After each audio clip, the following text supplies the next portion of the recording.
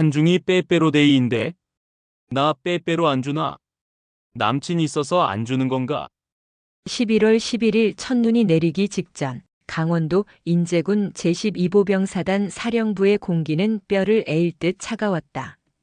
하지만 정보참모실 안은 낡은 온풍기가 뿜어내는 텁텁하고 불쾌한 열기로 가득했다. 그 열기의 한가운데 정보참모인 황민철 소령이 있었다. 그는 기름기가 번들거리는 얼굴로 갓 전입 온 신임 장교 한지우 중위를 노골적으로 훑어보았다. 사무실의 모든 소리가 순간 멎었다. 경쾌하게 울리던 자판 소리도, 서류 넘기는 소리도, 심지어 온풍기의 소음마저도 황민철의 그 한마디에 묻혀버린 듯 했다. 다른 부사관들은 모두 약속이나 한 듯 자신의 감시창 모니터에 고개를 쳐박았다. 그들의 어깨는 미세하게 굳어 있었다. 한지우 중위는 움직이지 않았다. 그녀는 갓 임관한 장교답게 한치의 흐트러짐 없이 각이 잡힌 전투복을 입고 있었다. 단정하게 묶어 올린 머리카락과 달리 그녀의 눈빛은 서늘하게 빛나고 있었다. 저는 그런 거 안 챙깁니다. 지우의 목소리는 낮고 차분했다. 그 목소리에는 어떠한 감정의 동요도 실려 있지 않았다. 황민철의 입꼬리가 비죽 올라갔다. 그는 이런 반응을 예상했다는 듯, 혹은 이런 반응을 즐긴다는 듯 의자의 등을 깊숙이 기댔다. 낡은 의자가 끼익 비명을 질렀다. 아, 우리 한중이는 아주 그냥 꼬장꼬장한 FM이시네. 재미없게. 그는 책상 위를 손가락으로 툭툭 두드렸다. 군 생활 편하게 하려면 말이야. 융통성이라는 게 있어야지. 안 그래? 업무에 필요한 융통성이라면 고려하겠습니다. 하지만 지금 하신 말씀은 말 끊지 말고. 황민철이 손을 들어 지우의 말을 막았다. 그의 눈이 음흉하게 번들거렸다. 우리 한중이는 융통성이 없어서 남친도 없겠어. 그치? 불쌍해서 어떡하나. 이 황소령님이 특별히 챙겨줘야겠네. 그는 몸을 앞으로 숙이며 목소리를 낮췄다. 그 역겨운 속삭임은 이상하게도 사무실 전체에 선명하게 울렸다. 나는 말이야, 천연 연유가 나오는 빼빼로가 있는데, 황민철이 혀로 입술을 핥았다. 특별히 아주 특별히 우리 한중이한테만 줄 수 있는데. 말이야, 어때? 오늘 밤에 내 관사로 올래? 정적이 흘렀다. 사무실 구석에서 누군가 마른 기침을 터뜨렸다. 김은아 하사였다. 그녀는 황민철의 바로 맞은편 자리에서 얼굴이 새하얗게 질린 채 입술을 깨물고 있었다. 그녀의 눈동자가 공포로 흔들리며 지우에게 제발, 제발 참으라는 신호를 보내고 있었다. 한지우는 천천히 숨을 들이마셨다. 강원도 인제의 차가운 공기가 아니라 이 밀폐된 공간에 썩은 공기가 폐부를 찌르는 것 같았다. 황민철 소령님. 지우가 그를 똑바로 쳐다보며 입을 열었다. 님이라는 호칭을 붙였지만 그 목소리는 얼음장보다 차가웠다. 방금 하신 발언 명백한 성희롱입니다. 뭐? 황민철의 웃음기가 사라졌다. 그의 미간이 좁혀졌다. 감히 신임 중위 따위가 그것도 계집이 자신의 말에 토를 단다는 사실이 믿기지 않는다는 표정이었다. 성희롱. 야 한지호. 너 지금 말 다 했냐? 내가 농담 좀 한 걸 가지고. 농담이 아닙니다. 불쾌감을 유발하는 성적 언동입니다. 군형법에도 명시된 위반 사항입니다. 이게 진짜 보자 하니까. 황민철이 책상을 탁 치며 일어섰다. 그의 육중한 몸이 지우를 향해 그림자를 드리웠다. 너 지금 나 가르치냐? 육사가 졸업한 핏덩이가 어딜 감히. 너 내가 누군지 몰라? 이 사단장님이 나랑. 제가 누구신지는 압니다. 정보참모 황민철 소령이십니다. 지우는 한 걸음도 물러서지 않았다. 그녀의 눈은 두려움이 아닌 차가운 경멸을 담고 있었다. 하지만 소령님은 제가 누군지 모르시는 것 같습니다. 뭐? 인연이 지금. 황민철이 손을 치켜들려던 순간 사무실 문이 벌컥 열렸다. 참모님, 사단장님 찾으십니다. 행정병이 다급한 목소리로 외쳤다. 황민철의 손이 허공에서 멈칫했다. 그는 분노로 얼굴을 불그락푸르락거리며 지우를 거칠게 노려보았다. 너 이따 보자. 한지호. 너 오늘 내 눈에 띄지 마라. 그는 지우의 어깨를 손가락으로 거칠게 툭 치고는 씩씩거리며 사무실을 빠져나갔다. 황민철이 사라지자 그제야 사무실은 억눌렸던 숨을 토해냈다. 사람들은 슬금슬금 고개를 들고 서로 눈치를 보다가 이내 시선을 피했다. 오직 한 사람 김은아 하사만이 창백한 얼굴로 지우에게 다가왔다. 중위님, 괜찮으십니까? 김은아의 목소리는 물에 젖은 솜처럼 떨리고 있었다. 네, 괜찮습니다, 김하사. 어쩌시려고 그렇게 정면으로.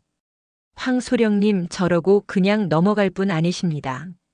사단장님하고 막역한 사이라 이 부대에서 황소령님한테 찍히면 군 생활 끝난 거나 마찬가지인데. 김은아 하사의 눈가에 물기가 어렸다. 그녀는 단순히 지우를 걱정하는 것이 아니었다. 그녀는 이미 황민철의 표적이 되어본 경험자였다. 김하사. 지우가 김은아의 떨리는 손을 부드럽게 잡았다.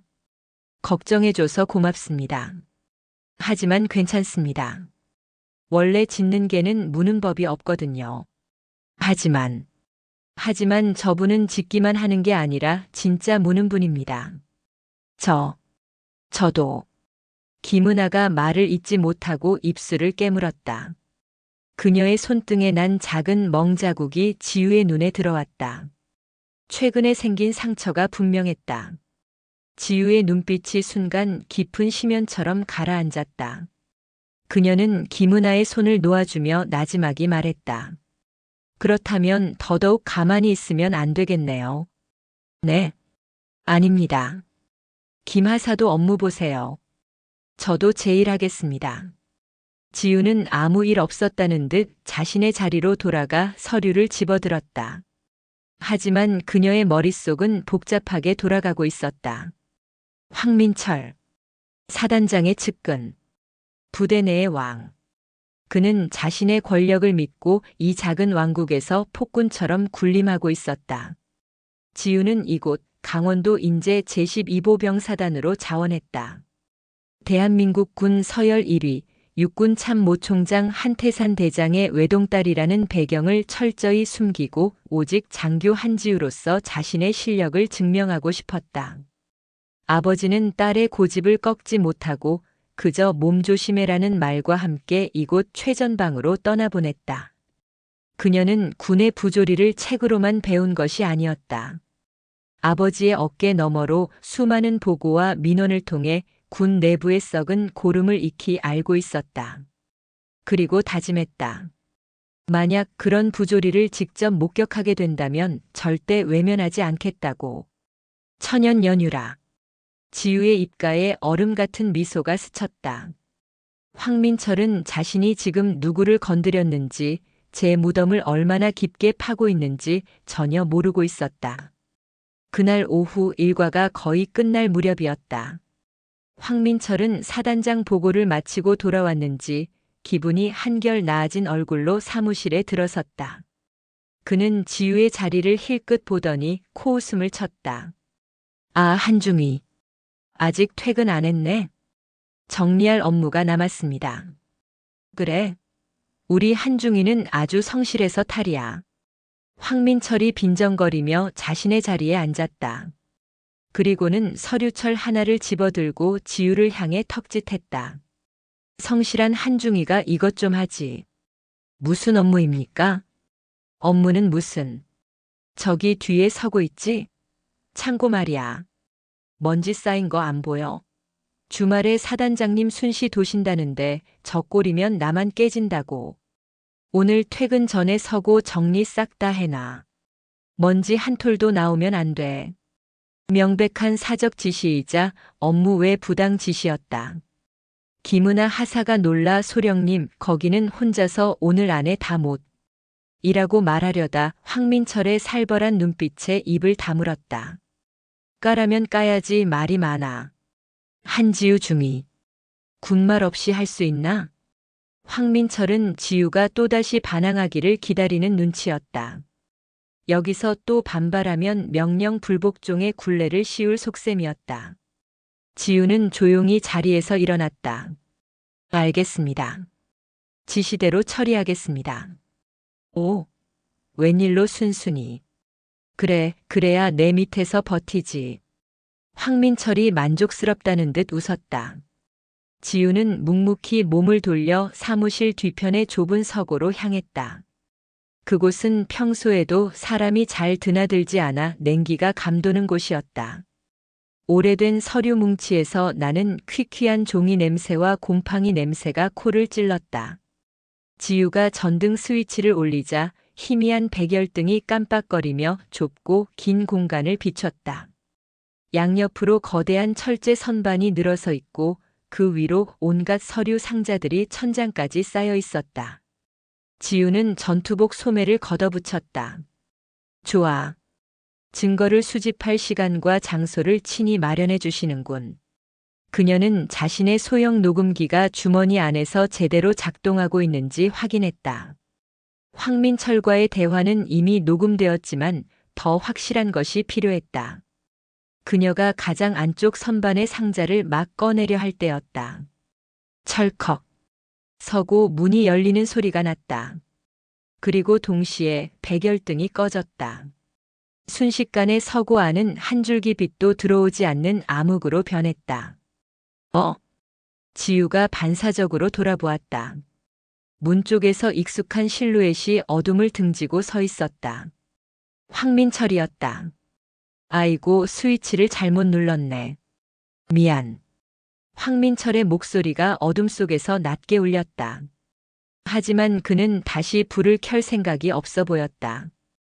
그가 한 걸음 한 걸음 지우를 향해 다가왔다. 퀴퀴한 곰팡이 냄새 사이로 황민철 특유의 역겨운 커피 냄새와 남성 화장품 냄새가 훅 끼쳐왔다. 근데 말이야, 한중이. 황민철의 목소리는 아까 사무실에서와는 완전히 달랐다. 끈적끈적한 욕망이 노골적으로 묻어나는 목소리였다. 어두우니까 더 분위기 있지 않나? 불 켜십시오, 소령님. 지우가 차갑게 말했다. 그녀는 뒤로 한 걸음 물러섰다. 왜 이래? 아까는 FM 군인인 척하더니 쫄았어? 황민철이 낄낄거렸다. 그는 지우가 물러선 만큼 정확히 한 걸음 다가왔다. 이제 둘 사이의 거리는 팔 하나 길이도 채 되지 않았다. 내가 말했잖아. 나는 천연 연유가 나오는 빼빼로가 있다고. 황민철의 뜨겁고 불쾌한 숨결이 지우의 뺨에 닿을 듯 했다. 특별히 너한테만 준다니까. 맛 좀 볼래?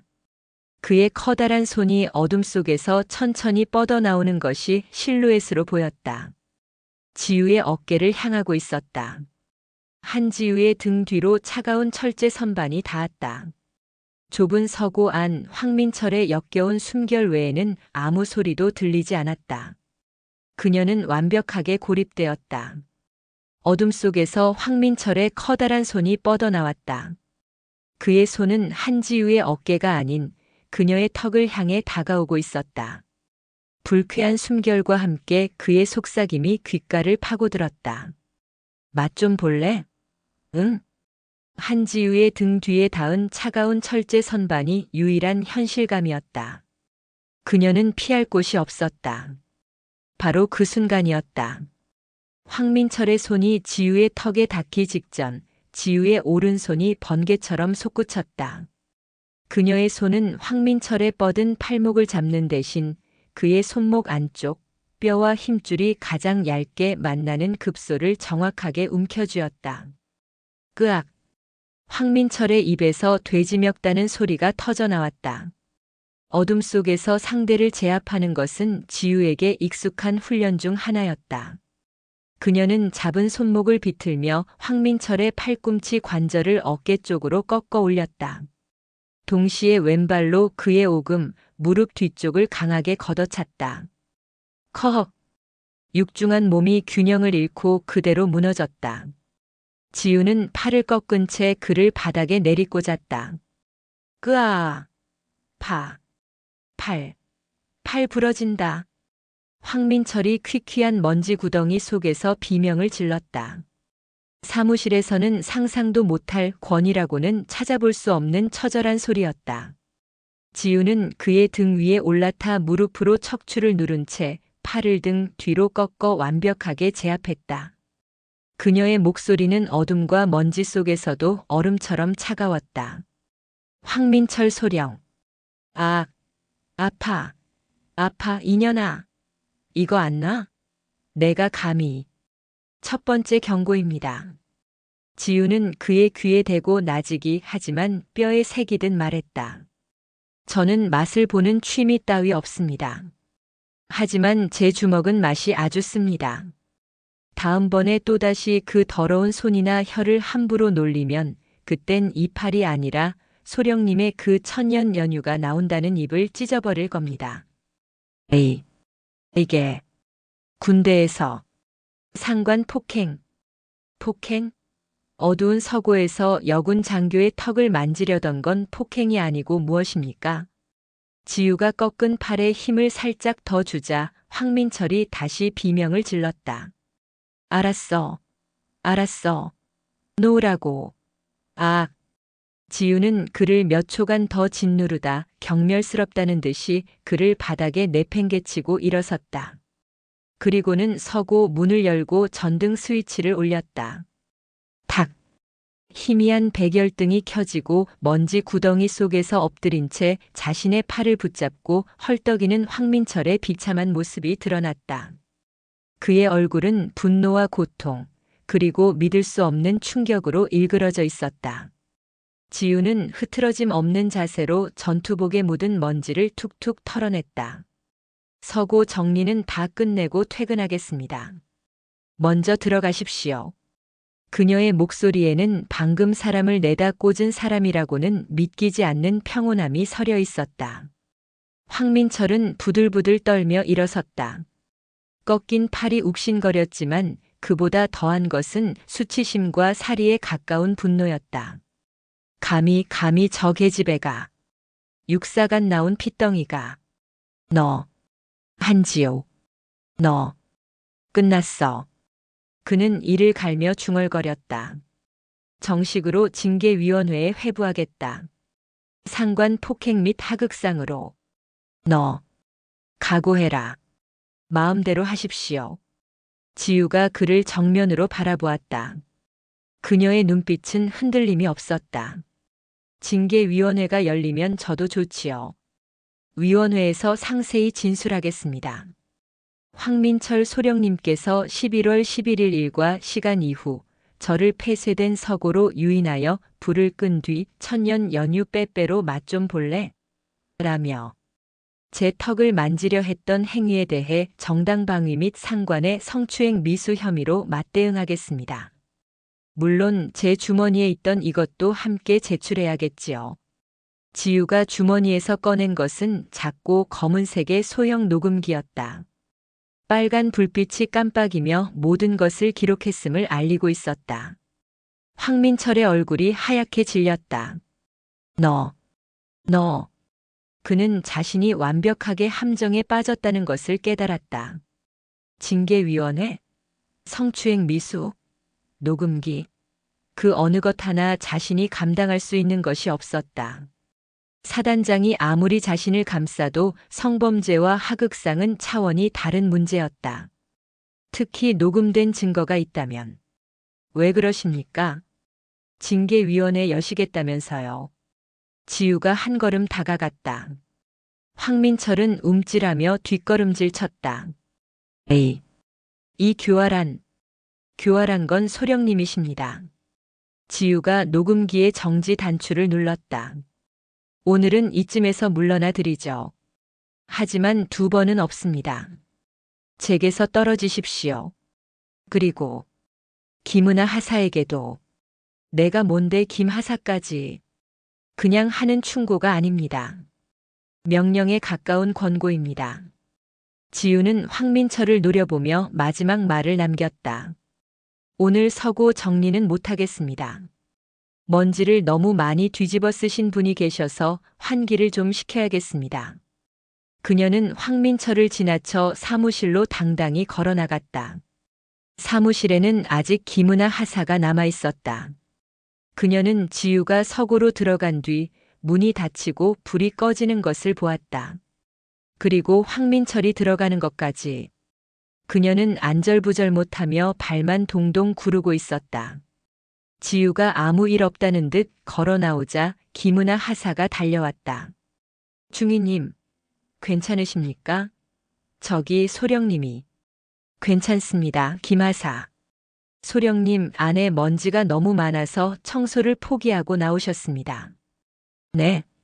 그때 황민철이 짐승처럼 으르렁거리는 소리를 내며 서고에서 뛰쳐나왔다. 그는 팔을 붙잡고 있었고 전투복은 먼지로 엉망이었다.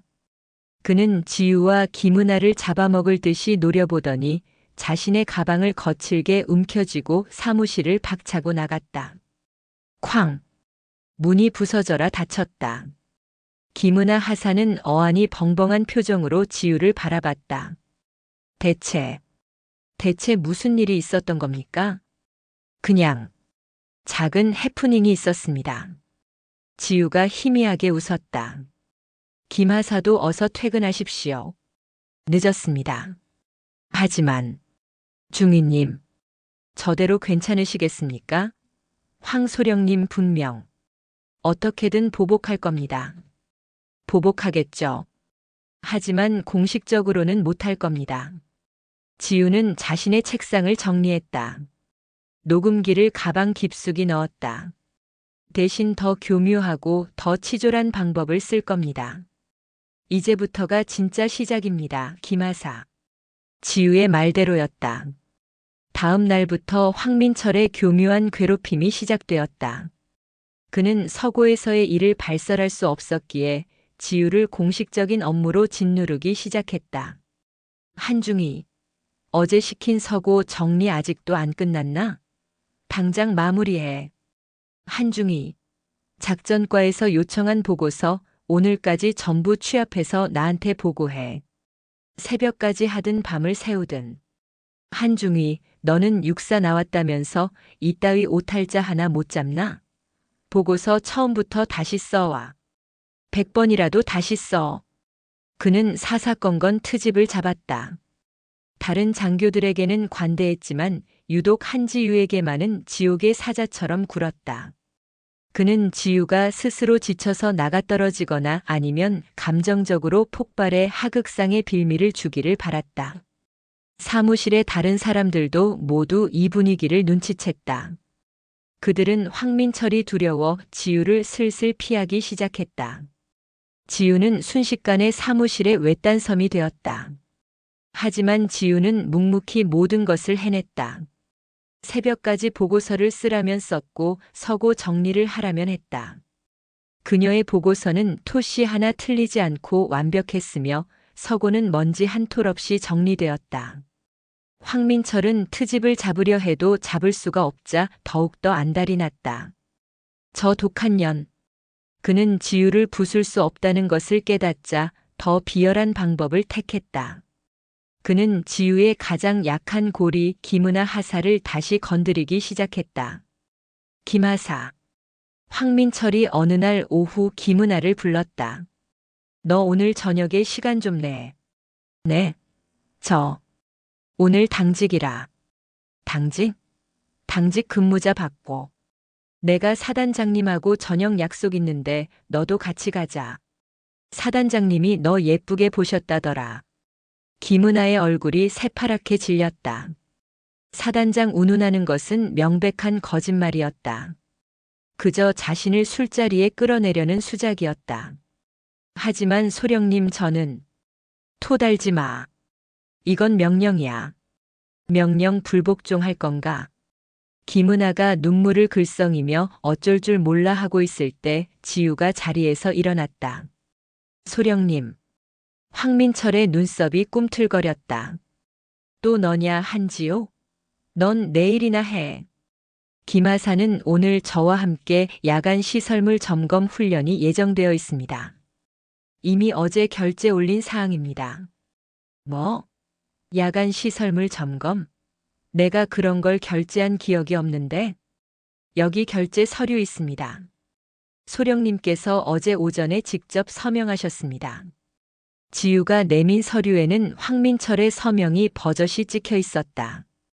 그는 산더미 같은 서류 속에 이것을 끼워 넣은 지우의 치밀함에 할 말을 잃었다.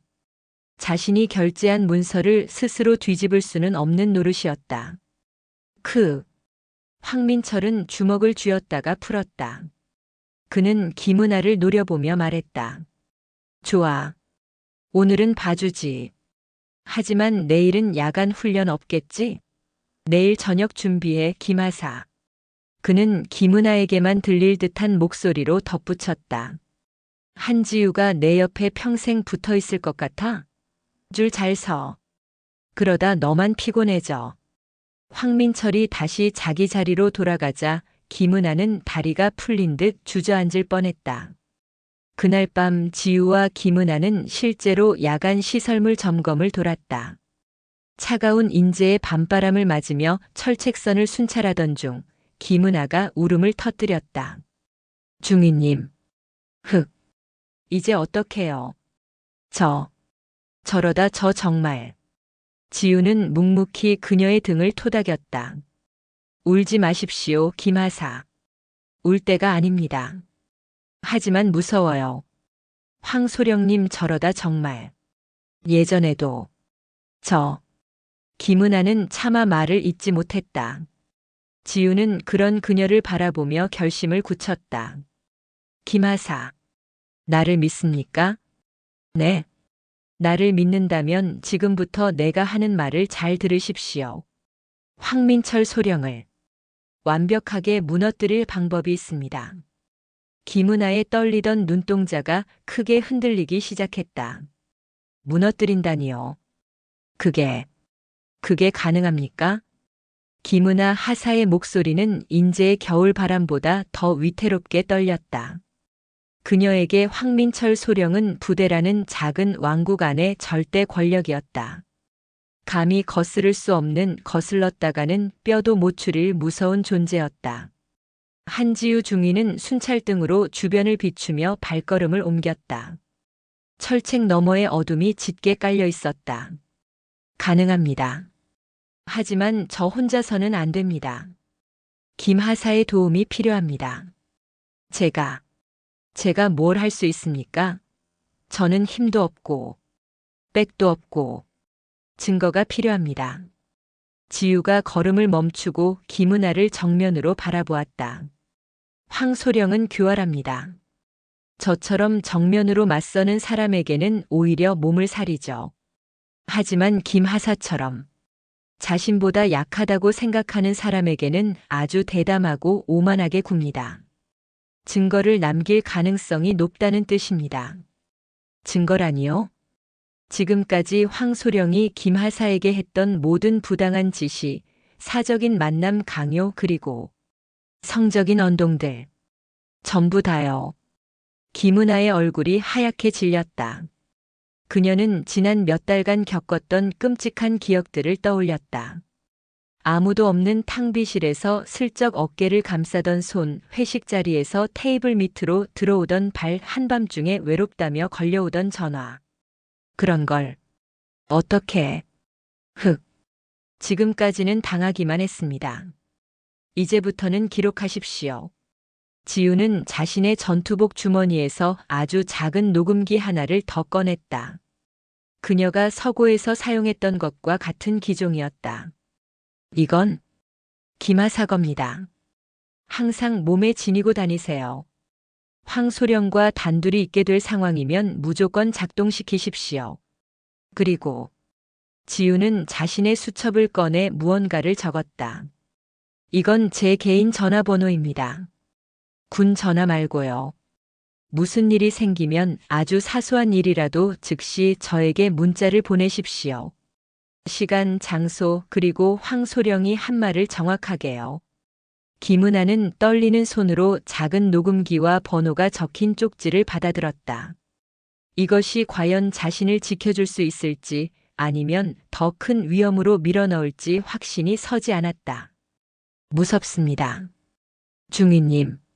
만약 들키기라도 하면 들키지 않게 제가 도울 겁니다. 지우의 목소리는 단호했다. 김하사. 잘 들으십시오. 황민철 같은 부류의 인간들은 절대 스스로 멈추지 않습니다.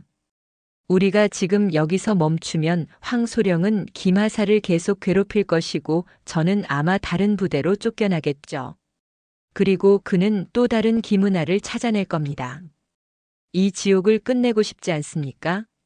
지우의 서늘하지만 강직한 눈빛이 김은아의 공포를 꿰뚫었다. 끝내고 싶습니다. 김은아의 목소리에 작은 불씨가 살아났다. 좋습니다. 그럼 내일부터 시작입니다.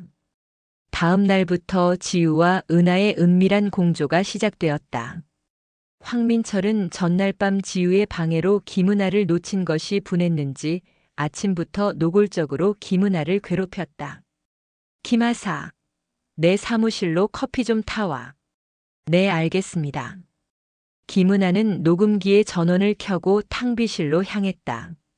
잠시 후 김은아는 쟁반을 들고 소령실로 들어갔다. 지우는 열린 문틈으로 들려오는 소리에 모든 신경을 집중했다. 소령님 커피. 아, 왔어? 거기 둬. 황민철의 목소리가 들렸다. 그리고 잠시 정적이 흘렀다. 근데 김하사. 어제 한중이랑 붙어 다니니까 좋아? 저 독사 같은 년이랑 어울려 다니지 말랬지.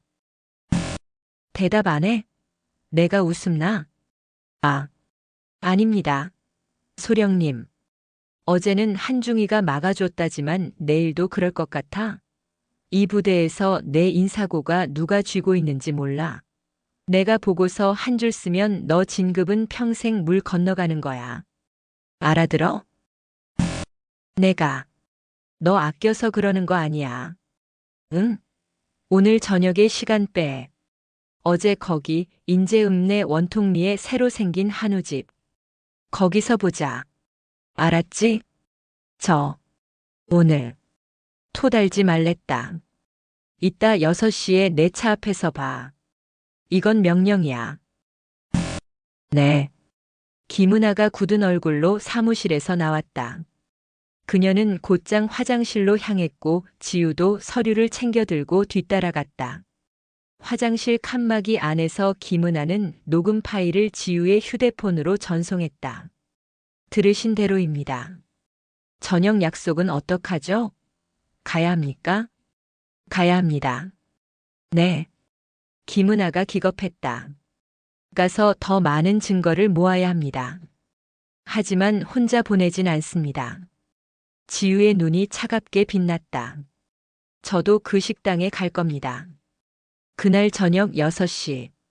김은아는 약속대로 사령부 정문 근처에 있는 황민철의 검은색 승용차 앞에 섰다. 황민철은 잔뜩 멋을 부린 사복 차림으로 휘파람을 불며 나타났다. 오, 우리 김하사. 군복 벗으니까 훨씬 예쁘네. 타. 김은아는 떨리는 손으로 문을 열고 조수석에 탔다. 그녀의 외투 주머니 속에서는 녹음기가 작동하고 있었다. 차가 인제읍 원통리의 한적한 한우 식당으로 향하는 동안 황민철의 역겨운 수작은 계속되었다. 손이 차네. 내가 잡아줄까? 아, 아닙니다. 괜찮습니다. 남자친구는 있나? 없지? 딱 보면 알아. 그렇게 뻣뻣하게 구니까 남자가 없는 거야. 나처럼 부드러운 남자를 만나야지. 응? 그의 손이 노골적으로 김은아의 허벅지를 향해 다가왔다. 김은아가 질겁하며 몸을 창가로 붙였다. 왜 이래 부끄러워하기는. 그 순간 황민철의 휴대폰이 울렸다. 아씨. 누구야? 그는 운전하며 전화를 받았다. 나야. 지금? 나 지금 중요한 약속하는데. 사단장님이? 아이 진짜. 황민철이 거칠게 운전대를 돌렸다. 김하사 미안하게 됐네. 사단장님이 갑자기 찾으시네. 일단 부대 복귀해야겠다. 저녁은 내일 먹지 뭐. 김은아는 안도의 한숨을 내쉬었다. 부대로 복귀하는 차 안. 황민철은 전화 때문에 기분이 상했는지 아무 말도 하지 않았다. 김은아가 긴장을 풀고 있을 때였다. 황민철이 갑자기 차를 부대 근처 인적이 드문 소양 강변 갓길에 세웠다. 왜 그러십니까? 황민철이 차의 시동을 껐다. 주변은 칠흑같이 어두웠고 멀리 강물 소리만 들려왔다. 김하사, 내가 이대로 그냥 가면 너무 아쉽잖아. 그가 안전벨트를 풀고 김은아를 향해 몸을 돌렸다. 내일이고 뭐고 지금 여기서. 황민철의 얼굴이 김은아의 코앞까지 다가왔다. 소령님, 이러지 마십시오. 김은아가 그를 밀어내려 했지만 황민철은 그녀의 양손목을 한 손으로 움켜쥐었다. 가만 있어. 너도 좋으면서 뭘 빼. 그의 다른 손이 김은아의 외투 단추를 풀기 시작했다. 바로 그때였다. 쾅, 쾅, 쾅. 누군가 조수석 창문을 거칠게 두드렸다. 누구야? 황민철이 화들짝 놀라 돌아봤다. 창밖에는 한지우 중위가 차가운 얼굴로 서 있었다. 그녀의 한 손에는 군용 대검이, 다른 한 손에는 휴대폰이 들려 있었다. 황민철 소령님. 지우가 휴대폰 화면을 황민철에게 들이밀었다. 화면에는 방금 전 황민철이 김은아의 손목을 잡고 덮치려던 모습이 선명하게 녹화되고 있었다. 차 안에서 뭐 하시는 겁니까? 천연 연유라도 맛보고 계셨습니까? 황민철의 얼굴이 하얗게 질리다 못해 시퍼렇게 변했다. 너, 어떻게? 김하사님이 갑자기 몸이 안 좋다고 연락이 와서 마중 나왔습니다. 그런데 아주 재미있는 구경을 하게 됐네요. 이 영상 사단장님께 먼저 보여드릴까요? 아니면 본부에 바로 전송할까요? 황민철은 부들부들 떨며 김은아의 손목을 놓았다. 네. 내려. 김은아, 당장 내려. 김은아가 울면서 차 문을 열고 뛰쳐나왔다. 한지호. 너. 차 빼시죠, 소령님. 그리고 똑똑히 기억하십시오. 지우가 대검으로 그의 차 보닛을 탁 쳤다. 이제부터 김은아 하사 반경 10m 이내로 접근하시면 그땐 이 영상으로 안 끝납니다. 황민철은 아무 말도 못하고 거친 숨만 몰아쉬며 차에 시동을 걸었다. 타이어가 찢어지는 소리를 내며 차가 쏜살같이 어둠 속으로 사라졌다. 지우는 그제야 대검을 집어넣고 떨고 있는 김은아에게 다가가 외투를 여며주었다. 괜찮습니다. 다 끝났습니다. 중위님. 감사합니다. 감사합니다. 아까 그 전화 제가 건 겁니다. 네. 아까 소령님이 차에 탈 때 제가 미리 확보해둔 다른 과 행정병 휴대폰으로 전화를 걸었습니다. 사단장님 찾으신다고요. 그리고 두 분의 차를 뒤따라왔습니다. 김은아는 이 모든 것이 지우의 치밀한 계획하에 이루어졌다는 사실에 전율했다. 하지만 이걸로 끝이 아니겠죠? 네. 아닙니다. 황민철은 이제 이성을 잃을 겁니다. 궁지에 몰린 쥐가 됐으니까요. 더 대담하고 더 위험한 짓을 할 겁니다. 지우의 말은 틀리지 않았다. 다음 며칠간 황민철은 사무실에 거의 나타나지 않았다. 그는 지우와 은하를 철저히 피했다. 하지만 그 침묵은 폭풍 전의 고요함이었다. 그 주 주말 훈련이 없는 토요일이었다. 지우가 혼자 관사에서 휴식을 취하고 있을 때 낯선 번호로 전화가 걸려왔다. 한지우 중위입니까? 네, 그렇습니다만.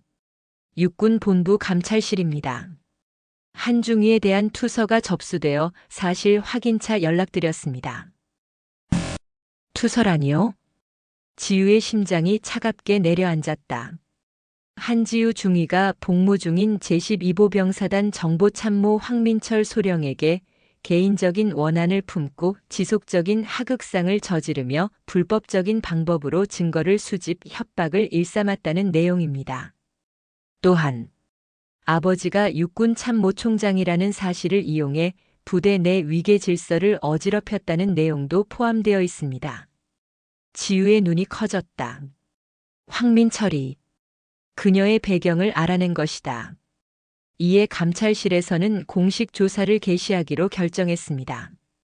다음 주 월요일 조사팀이 사단으로 파견될 예정이니 한중위는 대기하십시오. 전화가 끊겼다. 황민철의 반격이었다. 그는 자신이 성추행으로 무너지기 전에 지우를 아빠 백 믿고 하극상을 저지른 불량 장교로 먼저 매장시키려 한 것이다. 아버지를 끌어들여 지우의 주먹이 하얗게 쥐어졌다. 황민철은 건드려서는 안 될 것을 건드리고 말았다. 전화가 끊긴 후 관사방 안에는 무거운 정적이 감돌았다. 한지우 중위는 차갑게 식은 찻잔을 내려다보았다. 황민철이 그녀의 배경을 알아냈다는 사실은 충격이었다. 어떻게 알아냈을까? 육사 동기들을 수소문했거나 혹은 인맥을 총동원해 인사자료에 접근했을 터였다. 아버지를 이용해 위계 질서를 어지럽혔다. 황민철의 투서 내용은 교묘했다. 지우가 그동안 황민철에게 저항했던 모든 행동은 육군참모총장의 딸이라는 배경을 믿고 저지른 하극상으로 둔갑할 터였다. 서고에서의 정당방위도 김은아를 보호하기 위한 개입도 심지어 녹음과 영상 촬영까지도 불법 사찰과 협박으로 몰아갈 속셈이었다. 월요일에 감찰팀이 뜬다면 지우는 꼼짝없이 당할 수도 있었다. 황민철이 사단장과 미리 입을 맞추고 사무실의 다른 부사관들에게 압력을 넣어 거짓 진술을 확보한다면 진실은 순식간에 뒤집힐 터였다. 지우는 휴대폰을 집어들었다. 그녀는 딱 한 사람에게 전화를 걸었다. 그녀가 유일하게 아빠 백을 쓰는 순간이었다. 지우냐? 웬일이냐 이 시간에. 수화기 너머로 낮고 묵직한 목소리가 들려왔다. 아버지 한태산 대장이었다. 아버지, 죄송합니다. 부탁이 하나 있습니다. 부탁? 허허. 내 딸이 웬일로. 월요일에 12사단으로 육군본부 감찰실에서 파견이 나온다고 연락받았습니다. 뭐? 감찰? 한태산 대장의 목소리가 순간 낮아졌다. 무슨 일 있었나? 정보참모 황민철 소령이라는 자가 있습니다. 그 자가 저와 김은아 하사를 상대로 부적절한 언행을 일삼았습니다. 제가 증거를 수집하며 대응하자 제 배경을 알아내어 제가 아버지를 등에 업고 하극상을 저질렀다는 투서를 넣었습니다.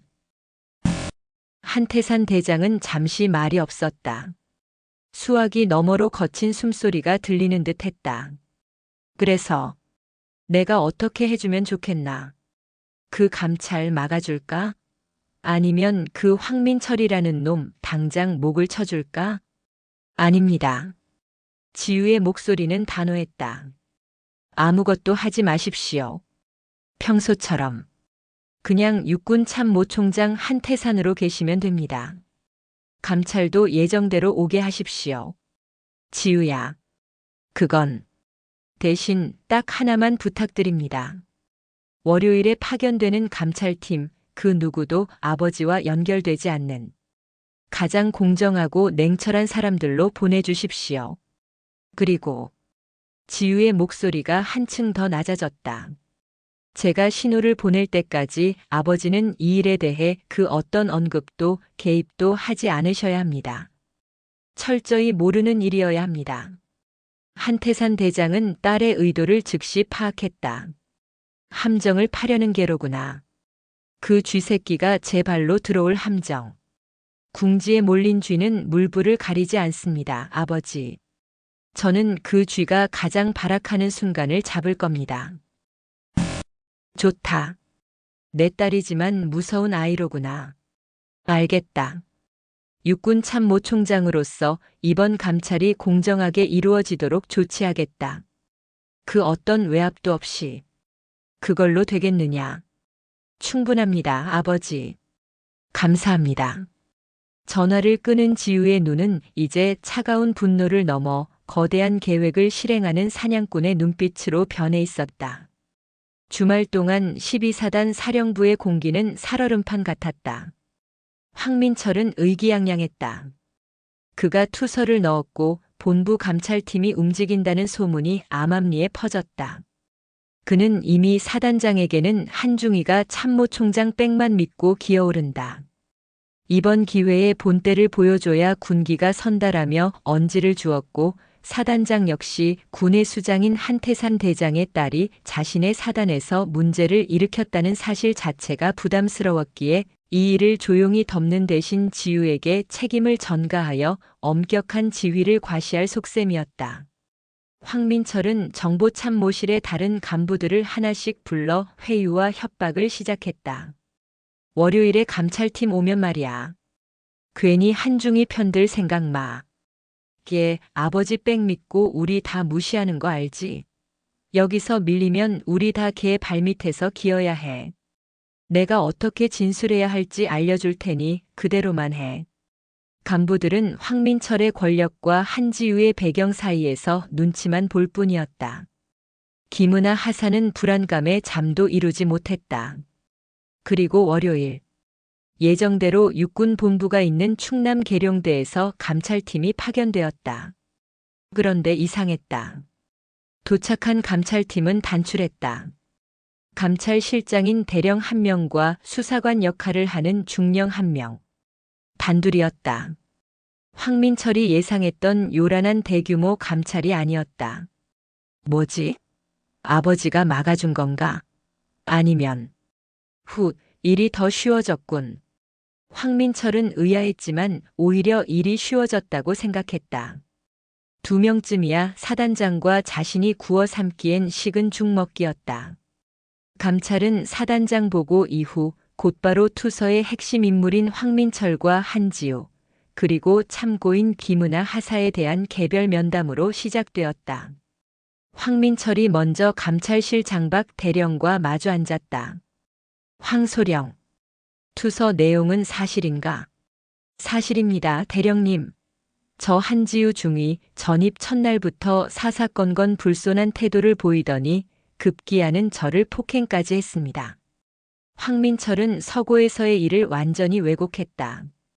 제가 서고 정리를 지시하자 불만을 품고 저를 서고로 유인한 뒤 우리 아버지가 누군지 아냐며 저를 폭행했습니다. 그리고 불법으로 녹음한 파일을 빌미로 저에게 협박을. 그는 눈물까지 글썽이며 자신이 참모총장의 딸에게 당한 피해자임을 열연했다. 증거 있나? 물론입니다. 제 팔에 아직도 멍이 남아 있습니다. 그리고 정보참모실 간부 전원이 한중위의 불손한 태도를 목격했습니다. 박 대령은 무표정한 얼굴로 그의 진술을 받아 적었다. 다음은 한지우의 차례였다. 한중위, 황소령의 진술에 대해 어떻게 생각하나? 전부 거짓입니다. 그럼 한중위의 주장을 증명할 증거는? 있습니다. 지우는 가방에서 녹음기와 휴대폰을 꺼냈다. 이것은 황소령이 저에게 천연 연유 빼빼로 운운하며 성희롱을 한 첫날의 녹음 파일입니다. 그리고 이것은 지우는 서고에서 황민철을 제압한 직후 그의 비참한 모습과 자신의 경고가 담긴 녹음 파일을 재생했다. 성추행 미수에 대한 언급이 나오자 박 대령의 눈썹이 꿈틀했다. 이것만으로는 부족하다. 황소령은 한중이가 유인했다고 주장하고 있는데. 그래서 이것도 준비했습니다. 지우는 김은아 하사의 휴대폰으로 전송받은 모든 파일과 인제 소양 강변 갓길에서 황민철이 김은아를 덮치려던 동영상 파일을 재생했다. 박대령의 표정이 처음으로 굳어졌다. 이 영상은 명백한 성추행 현행범인데, 그런데도 황소령은 한중이가 협박을 했다고 주장하고 있다. 한중이는 왜 이 증거들을 바로 제출하지 않았나? 무서웠습니다. 뭐가? 황민철 소령의 권력이 무서웠습니다. 사단장님까지 등에 업고 있는 그가 이 증거를 낸다고 순순히 물러날 것 같지 않았습니다. 오히려 제가 불법 촬영으로 역고소를 당할까봐. 그래서 아버님께, 참모총장께 보고했나? 아닙니다. 지우는 단호하게 고개를 저었다. 이 일은 아버지와 아무 상관없습니다. 저는 대한민국 장교 한지우로서 이 자리에 앉아 있습니다. 박대령은 지우를 지그시 바라보았다. 마지막으로 김은아 하사의 면담이 진행되었다. 김은아는 처음에는 극도로 긴장했지만 박대령의 차분한 유도, 질문에 그동안 황민철에게 당했던 모든 일들을 울면서 쏟아냈다. 그녀의 주머니 속 녹음기에서는 황민철이 인사고과를 무기로 협박하며 원통리 한우집 술자리를 강요했던 내용이 생생하게 흘러나왔다. 모든 개별 면담이 끝났다. 박대령은 황민철과 한지우를 다시 한자리에 불렀다. 사단장도 배석했다. 자, 양측의 주장이 엇갈리고 증거도 상반됩니다.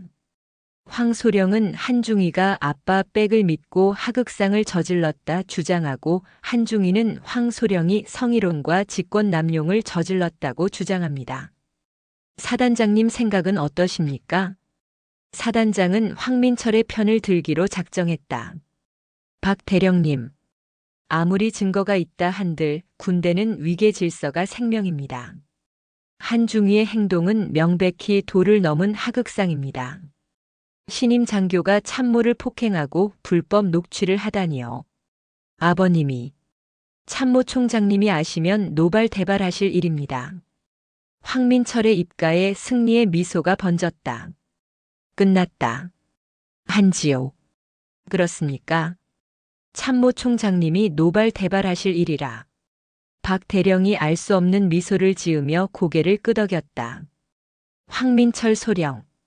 네, 대령님. 한 가지 확인해야 할 게 있다. 황소령은 한중이가 아버지 백을 이용했다고 했는데, 한중이가 아버지를 언급하며 황소령을 협박한 증거가 있나? 그건 없습니다. 하지만 정황상. 정황? 그럼 황소령이 김은아 하사에게 인사고과를 무기로 사적인 만남을 강요한 이 녹음 파일은 정황인가 증거인가? 황민철의 얼굴이 굳었다.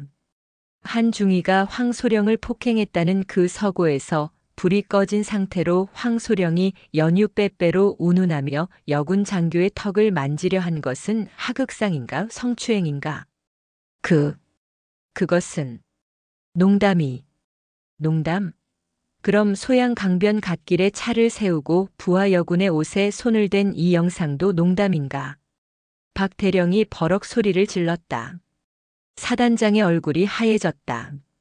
사단장님. 네.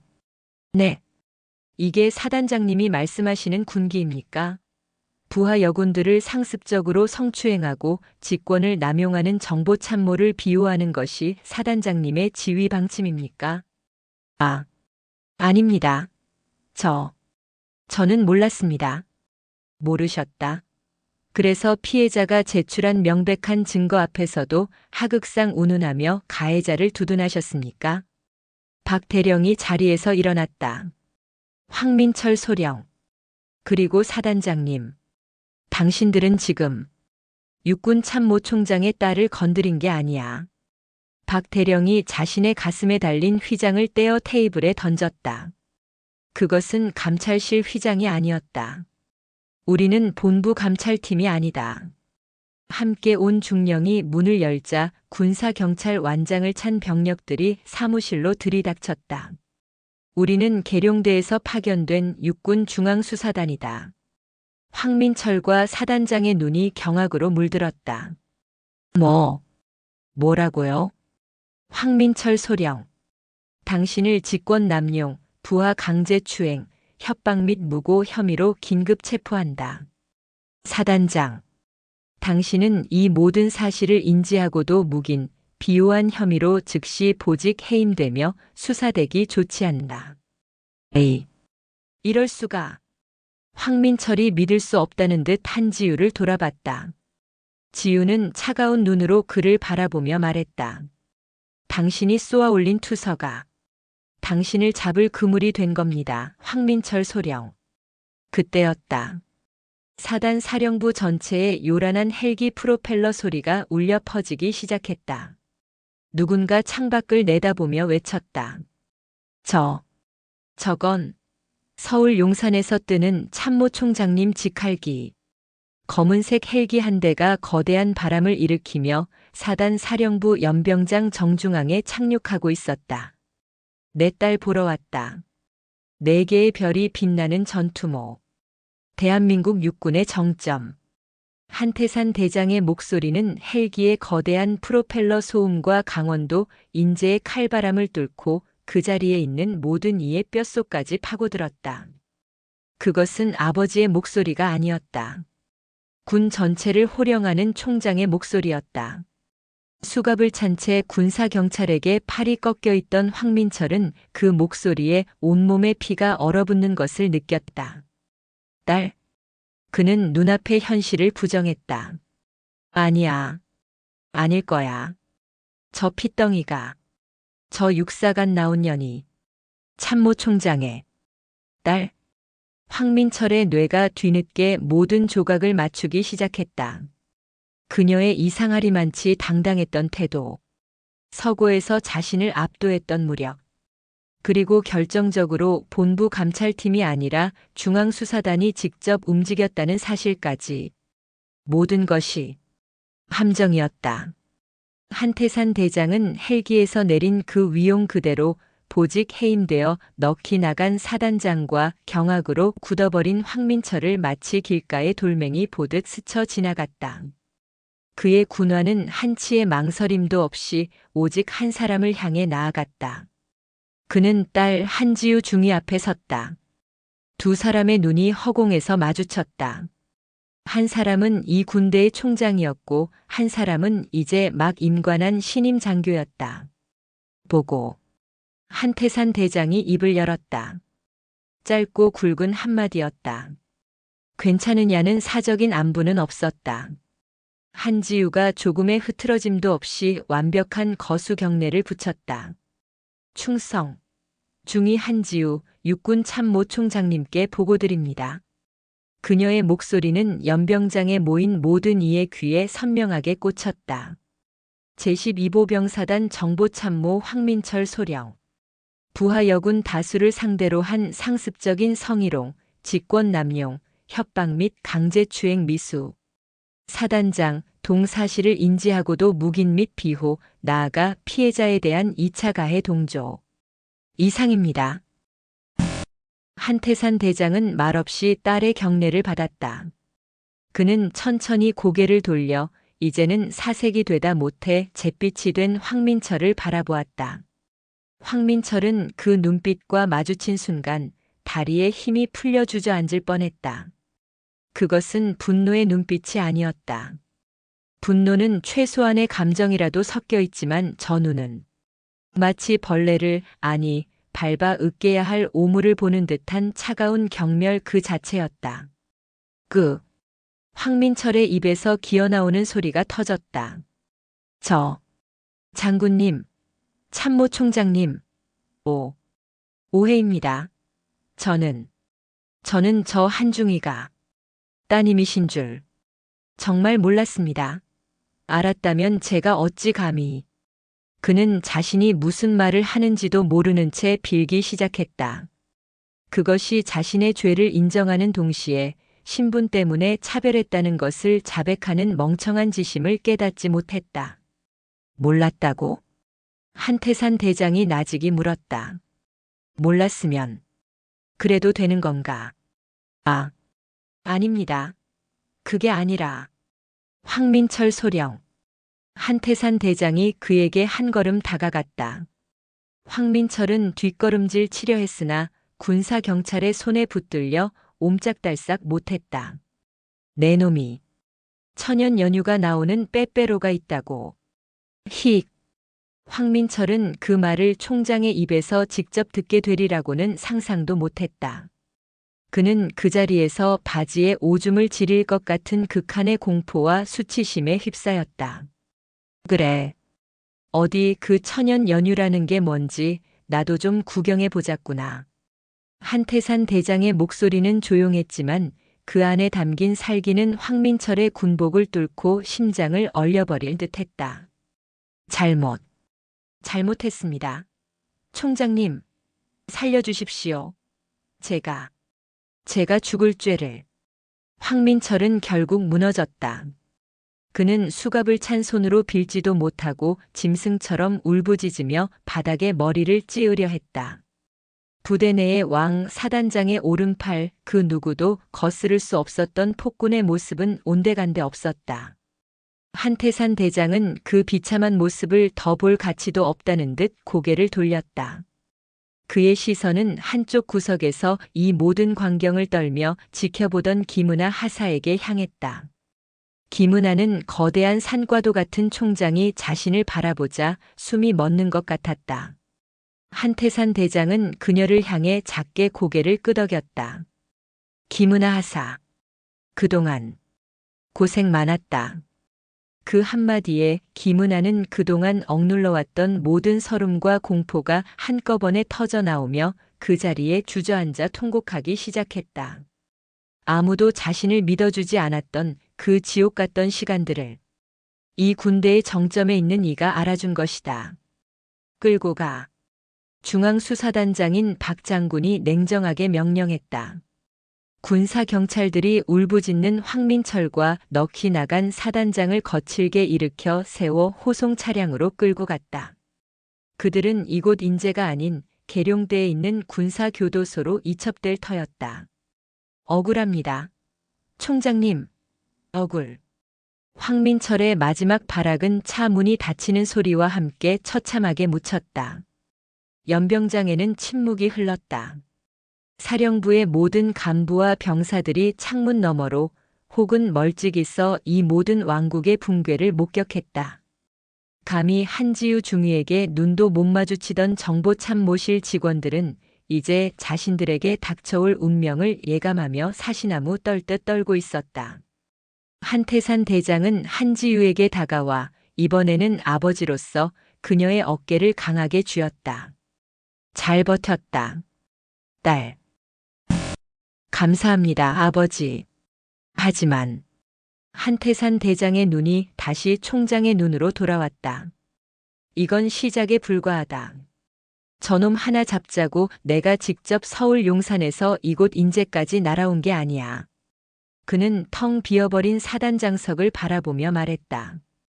저놈이 저렇게까지 날뛸 수 있었던 건 저놈에게 부역하고 저놈의 눈치를 보며 저놈과 함께 썩어 들어간 뿌리가 있기 때문이다. 박 장군. 네, 총장님. 이 시간부로 제12보병사단 전체에 대한 특별 복무 감찰 및 수사를 명한다.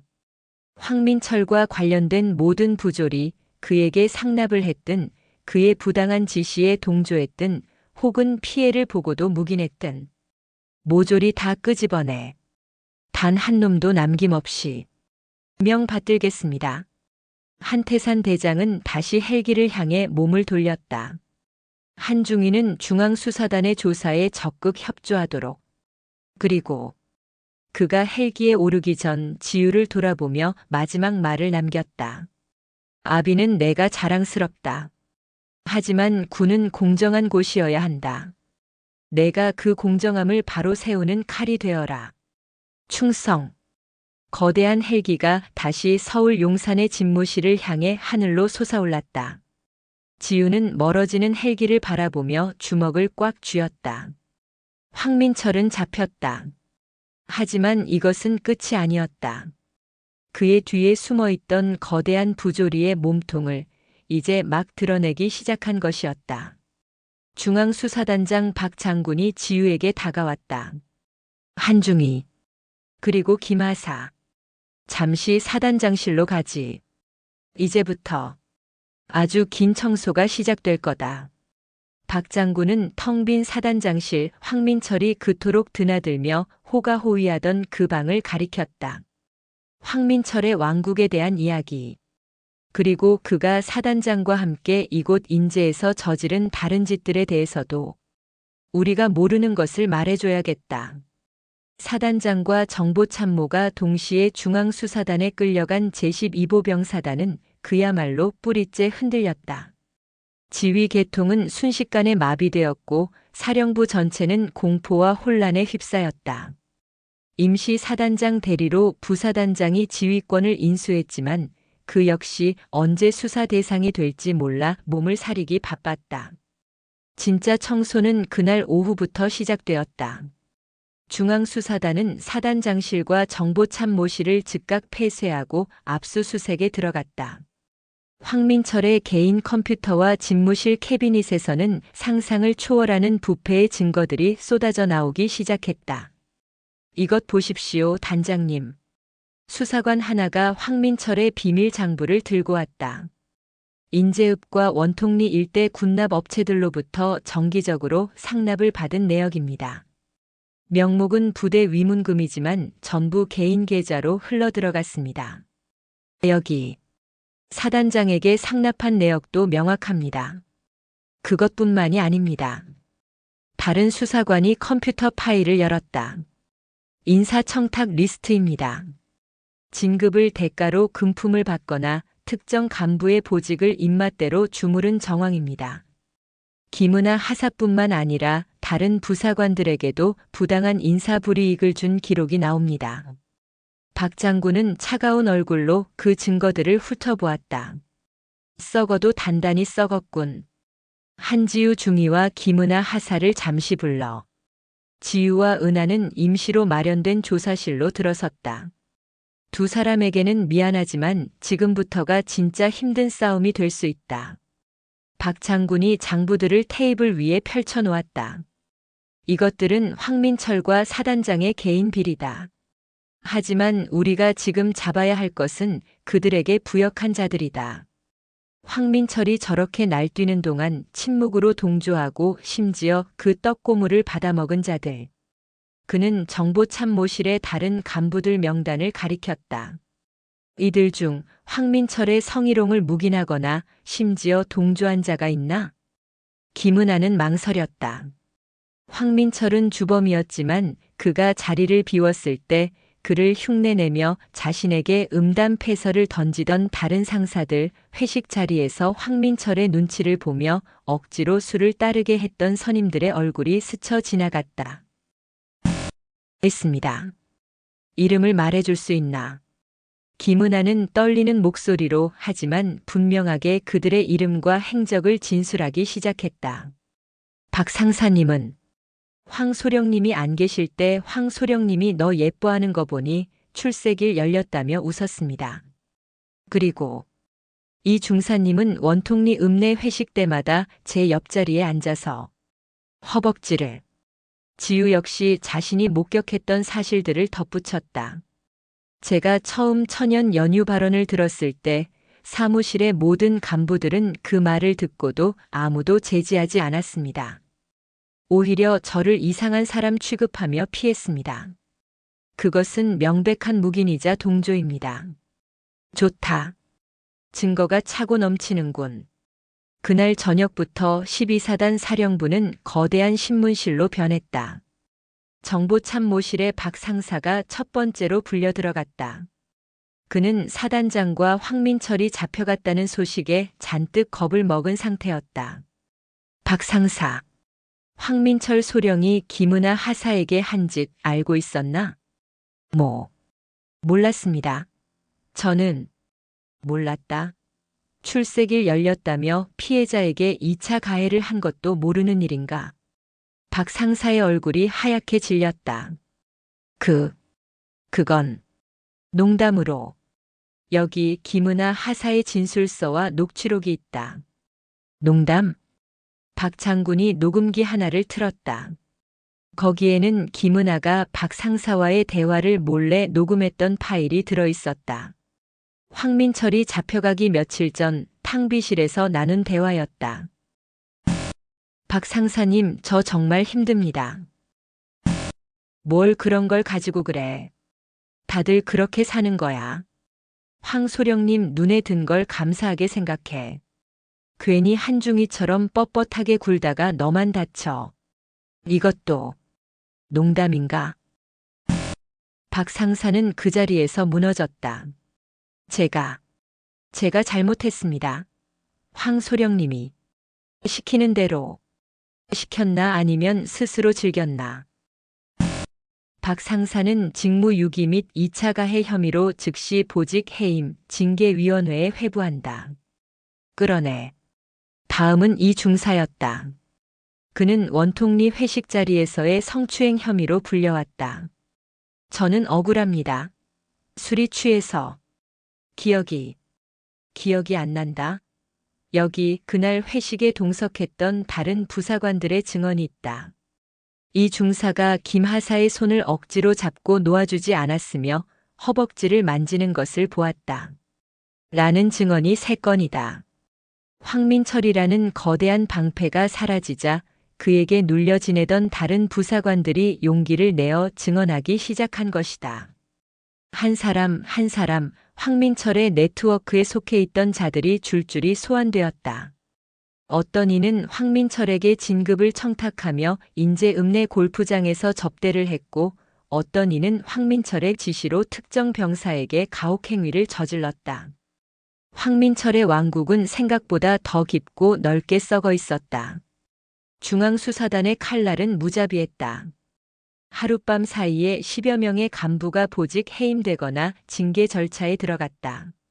정보참모실은 그야말로 쑥대밭이 되었다. 하지만 적들의 반격도 만만치 않았다. 계룡대 군사교도소에 수감된 황민철과 사단장은 전직 군 법무관 출신의 초호화 변호인단을 선임했다. 그리고 그들의 첫 번째 전략은 언론 플레이였다. 며칠 뒤 군 내부망이 아닌 민간 포털 사이트의 익명 군인 게시판에 자극적인 제목의 글이 하나 올라왔다. 충격 고발. 아빠가 사성 장군, 딸은 하극상 폭행. 이게 나라 군대냐? 내용은 처참했다. 강원도 인제 12사단의 유능한 정보참모가 신임 여군 장교에게 업무 지시를 했다는 이유만으로 폭행당했다. 이 여군 장교는 다름 아닌 현 육군 참모총장의 딸. 그녀는 아빠 백만 믿고 상관에게 하극상을 저지르고 불법 녹취와 촬영을 일삼으며 협박했다. 결국 아버지가 직접 헬기를 타고 나타나 힘없는 소령과 사단장을 찍어내고 군 교도소에 가둬버렸다. 천연 연유나 소양 강변 성추행 미수에 대한 이야기는 교묘하게 빠져 있었다. 오직 사성 장군 아빠 하극상 여군, 불쌍한 피해자 소령이라는 자극적인 단어들만 난무했다. 이 글은 순식간에 수백 개의 기사와 인터넷 방송으로 퍼져나갔다. 여론은 순식간에 뒤집혔다. 역시 군대는 썩었네. 아빠가 총장이니 소령 하나 담그는 건 일도 아니지. 아무리 그래도 상관을 폭행해. 저런 게 장교라고. 황민철 소령. 내가 아는 분인데 저런 일 저지를 분 아니다. 분명 꽃뱀한테 물린 거다. 한지우는 아빠 백으로 상관을 짓밟은 희대의 악녀가 되어 있었다. 김은아 하사마저 악녀의 옆에 붙어 상관을 모함한 공범으로 매도당했다. 중앙수사단 사무실에서 박 장군이 신문을 구겨 던졌다. 이놈들이 법정에서 불리해지니 여론으로 뒤집으려고 발악을 하는군. 그는 지우를 바라보았다. 한중이, 괜찮나? 지우는 창밖을 바라보고 있었다. 그녀의 얼굴은 분노가 아닌 차가운 결의로 가득 차 있었다. 괜찮지 않습니다. 저들은 저와 아버지를 모욕한 것뿐만 아니라 김은아 하사의 고통을 꽃뱀이라는 단어로 짓밟았습니다. 그녀가 박 장군을 돌아보았다. 이제 우리가 진실을 말할 차례입니다. 저들이 원하는 대로 아주 요란하게 말입니다. 그때 김은아 하사가 얼굴이 하얗게 질려 사무실로 뛰어들어왔다. 중위님, 큰일 났습니다. 방금 황민철 소령 변호사한테서 연락이 왔는데. 무슨 연락입니까? 저희를 무고죄, 명예훼손 그리고 중위님은 폭행죄로 역고소하겠답니다. 저희를 무고죄, 명예훼손 그리고 중위님은 폭행죄로 역고소하겠답니다. 김은아 하사의 하얗게 질린 얼굴과 떨리는 목소리가 중앙수사단의 임시 사무실을 얼어붙게 만들었다. 밖에서 들려오는 12사단의 훈련 구호 소리마저 멀게 느껴졌다. 황민철 측의 반격. 예상은 했지만 역고소라는 카드는 피해자인 김은아에게는 그 자체로 거대한 공포였다. 이놈들이. 박 장군이 주먹으로 책상을 내리쳤다. 뻔한 수작이군. 진흙탕으로 끌어들여서 쌍방 과실처럼 보이게 만들려는 속셈이야. 여론전에서 재미를 봤으니 법정에서도 통할 거라 생각하는 거지. 김은아의 눈에서 참았던 눈물이 다시 터져 나왔다. 어떡해요? 중위님. 저는 그냥. 그때 한지우 중위가 조용히 일어나 떨고 있는 김은아의 어깨를 감싸쥐었다. 울지 마십시오, 김하사. 지금 우는 건 저들이 원하는 겁니다. 지우의 목소리는 분노도 두려움도 아닌 강철 같은 차가움이 서려 있었다. 그녀는 박 장군을 바라보았다. 단장님, 저들이 우리에게 무대를 깔아주었습니다. 무대라니? 저들이 역고소를 한다는 건 저들의 변호사가 법정에서 한지우는 하극상 폭행범, 김은아는 꽃뱀이라는 주장을 공식적으로 하겠다는 뜻입니다. 언론의 모든 사진기가 지켜보는 그 자리에서 말입니다. 지우의 눈이 번뜩였다.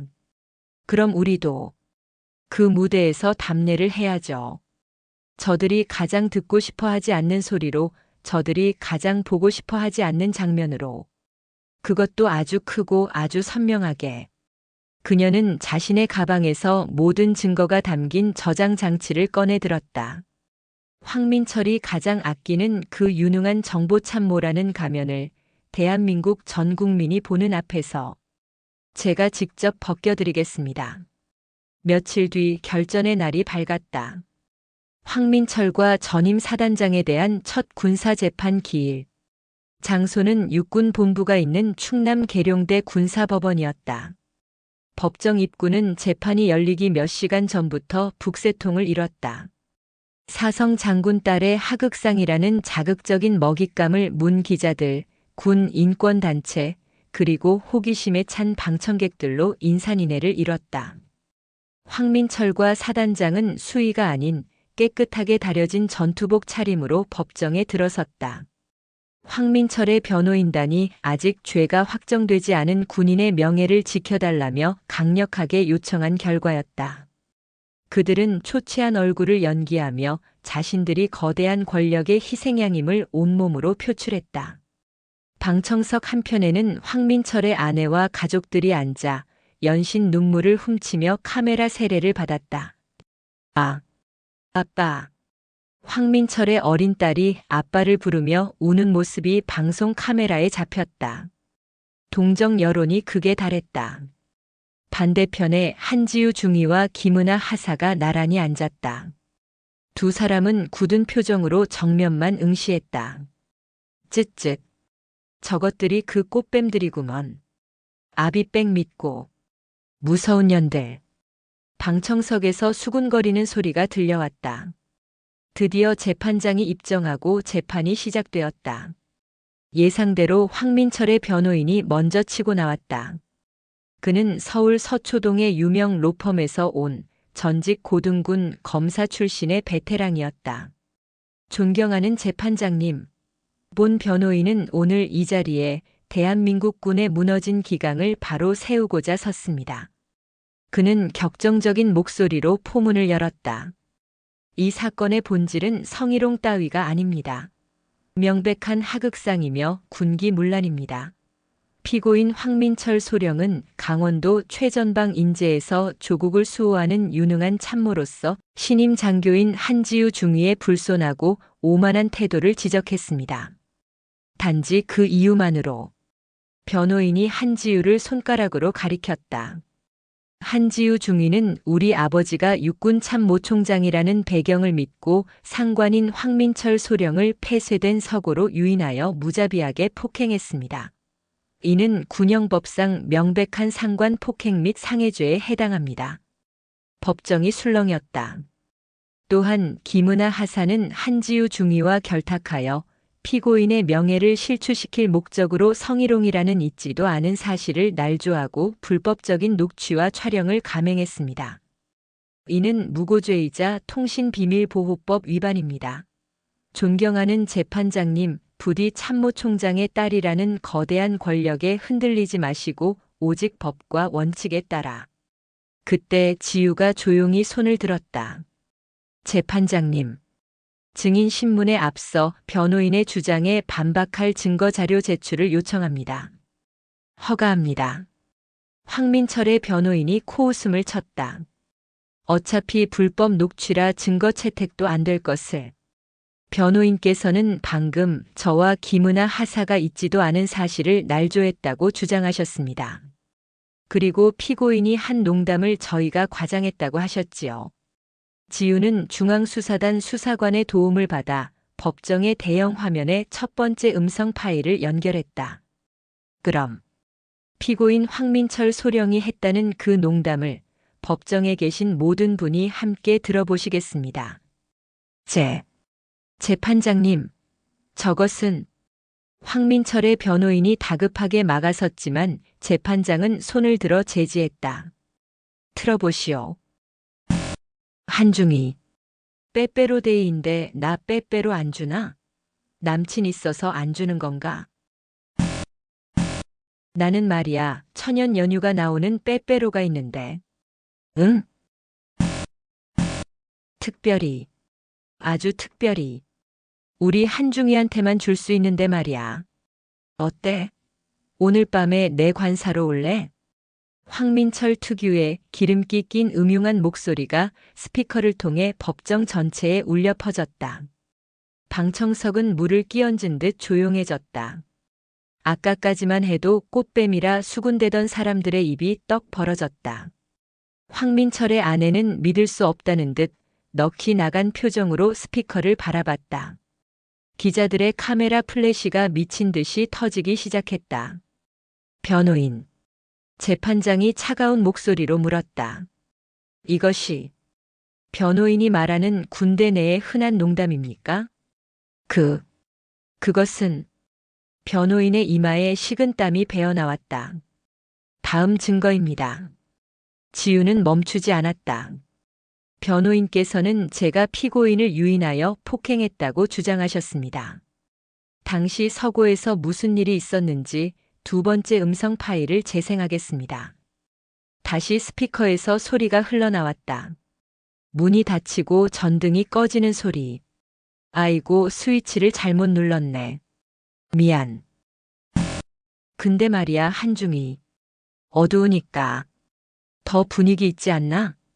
불 켜십시오, 소령님. 왜 이래? 쫄았어. 내가 말했잖아. 나는 천연 연휴가 나오는 빼빼로가 있다고. 특별히 너한테만 준다니까. 맛 좀 볼래? 그리고 이어지는 황민철의 비명. 끄악. 커헉. 끄아. 팔 부러진다. 아. 아파. 이년아. 이거 안 나. 그리고 들려오는 지우의 차가운 목소리. 황민철 소령. 첫 번째 경고입니다. 다음번에 또다시 그 더러운 손이나 혀를 함부로 놀리면 그땐 이 팔이 아니라 소령님의 그 천년 연휴가 나온다는 입을 찢어버릴 겁니다. 법정은 이제 경악을 넘어 충격에 휩싸였다. 유인 폭행이 아니라 명백한 성추행 미수와 정당방위였음이 만천하에 드러난 순간이었다. 황민철은 고개를 숙인 채 온몸을 부들부들 떨고 있었다. 마지막 증거입니다. 이번에는 증인석의 김은아 하사가 떨리는 손으로 저장 장치를 건넸다. 피고인이 저에게 한 짓입니다. 법정 화면에 재생된 것은 영상이었다. 칠흑같이 어두운 인제 소양 강변 갓길. 차량 내부의 희미한 불빛 아래 황민철의 얼굴이 김은아에게 돌진하고 있었다. 소령님, 이러지 마십시오. 가만히 있어. 너도 좋으면서 뭘 빼. 황민철이 김은아의 양손목을 한 손으로 꺾어 누르고 다른 손으로 그녀의 외투 단추를 거칠게 풀려 하는 장면. 그리고 창문을 두드리는 한지우의 모습과 천연 연유라도 맛보고 계셨습니까? 라는 목소리까지. 방청석에서 짧은 비명이 터져 나왔다. 황민철의 아내가 그 자리에 실신했다. 저 악마 같은. 법정은 아수라장이 되었다. 기자들은 이 충격적인 증거들을 하나라도 놓칠세라 카메라 셔터를 눌러댔다. 황민철의 변호인은 그 잘나가던 전직 고등군 검사는 이제 아무 말도 하지 못했다.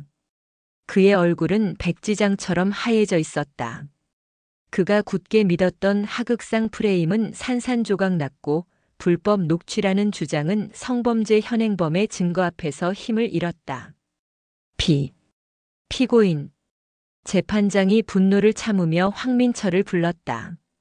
이 증거들에 대해 할 말 있나? 황민철이 고개를 들었다.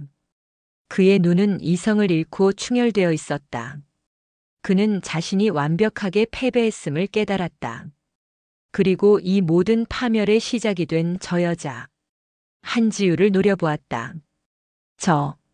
저 년이, 저 교활한 년이 나를 함정에 빠뜨린 거야. 저건 다 조작이야. 조작이라고. 그가 피고인석에서 뛰쳐나와 한지우에게 달려들려 했다. 내가 너를 죽여버릴 거야. 거기서 양옆의 군사 경찰들이 황민철을 거칠게 제압해 바닥에 내리꽂았다. 나 억울하다. 나는 정숙. 재판장이 망치를 부서져라 내리쳤다. 피고인 황민철의 난동으로 재판을 속행할 수 없다. 즉각 피고인을 구금실로 이송하고 재판을 다음 주로 연기한다. 군사 경찰들에게 개처럼 끌려나가면서도 황민철은 한지우와 김은아를 향해 악을 썼다. 한지우, 김은아, 내가 여기서 나가면 너희 둘 다 가만 안 둬. 내 말 똑똑히 들어. 그의 처절한 저주는 법정 문이 닫히는 소리와 함께 묻혔다. 재판은 연기되었지만 승패는 이미 결정되었다. 그날 저녁 대한민국의 모든 저녁 뉴스는 단독 충격 영상이라는 머릿말을 달고 법정에서 재생된 천년 연유 음성과 소양 강변 영상을 대대적으로 보도했다. 아빠 백 하극상. 알고 보니 상습 성추행범의 파렴치한 역고소. 육군 정보참모의 두 얼굴, 천연 연유 발언에 국민 충격. 여론은 하룻밤 사이에 360도 뒤집혔다. 법정에서의 충격적인 증거 공개는 황민철이 그토록 공들여 쌓아 올린 피해자라는 가증스러운 가면을 단번에 찢어발겼다. 그가 유능한 참모라며 포장했던 모든 것은 약한 부하들을 짓밟고 세운 모래성이었음이 만천하에 드러났다. 여론의 분노는 들불처럼 번졌다. 육군 본부 홈페이지와 국방부 민원 게시판은 황민철과 그를 비호했던 전임 사단장을 파면하라는 요구로 마비되었다. 한지우 중위를 영웅으로 김은아 하사를 보호하라는 격려의 글도 쏟아졌다. 일주일 뒤 속개된 군사재판은 그야말로 일사천리였다. 황민철의 변호인단은 사임했다. 아니, 도망쳤다. 역고소는커녕 그들마저 성범죄자를 비호한 변호사라는 여론의 문매를 맞고 떨어져 나갔다. 새로 선임된 국선 변호인은 그저 고개를 숙이고 선처를 호소하는 것 외에는 할 수 있는 것이 없었다. 판결은 냉혹하고 신속했다. 피고인 황민철. 재판장이 판결문을 읽어 내려갔다. 군형법상 상관의 지위를 이용한 강제추행, 직권남용, 협박, 무고, 중략.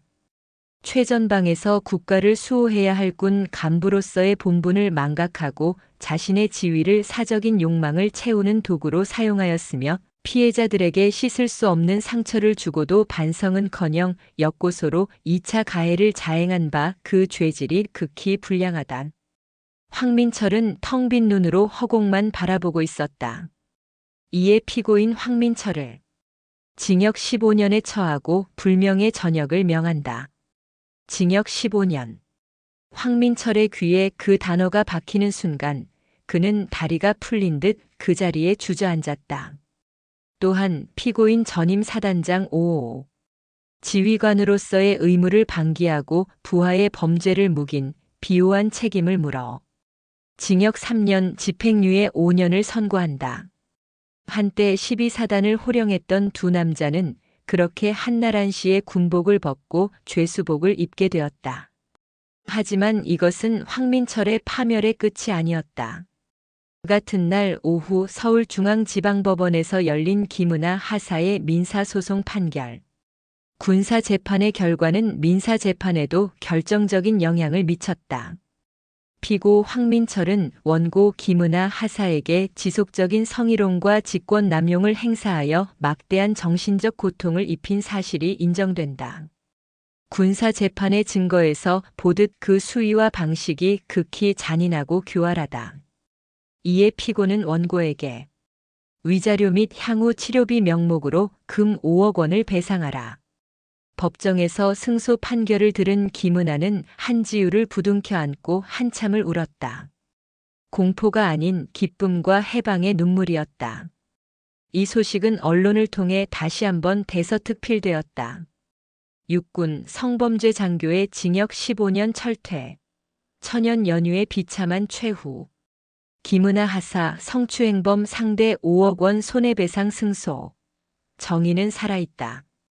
육군본부 한지우 중위와 김은아 하사에게 용감한 군인상 표창 수여 결정. 작가님의 요청대로 두 사람은 언론의 찬사를 받았고 육군본부는 여론을 의식해 발빠르게 두 사람에게 표창을 수여하기로 결정했다. 황민철은 모든 것을 잃었다. 명예, 지위, 자유. 그가 경기도 이천에 있는 군 교도소의 차가운 독방 시멘트 바닥에 주저앉아 이 모든 것을 망연자실하게 되뇌고 있을 때였다. 그에게 마지막 남은 것이라 믿었던 존재가 그를 찾아왔다. 면회다.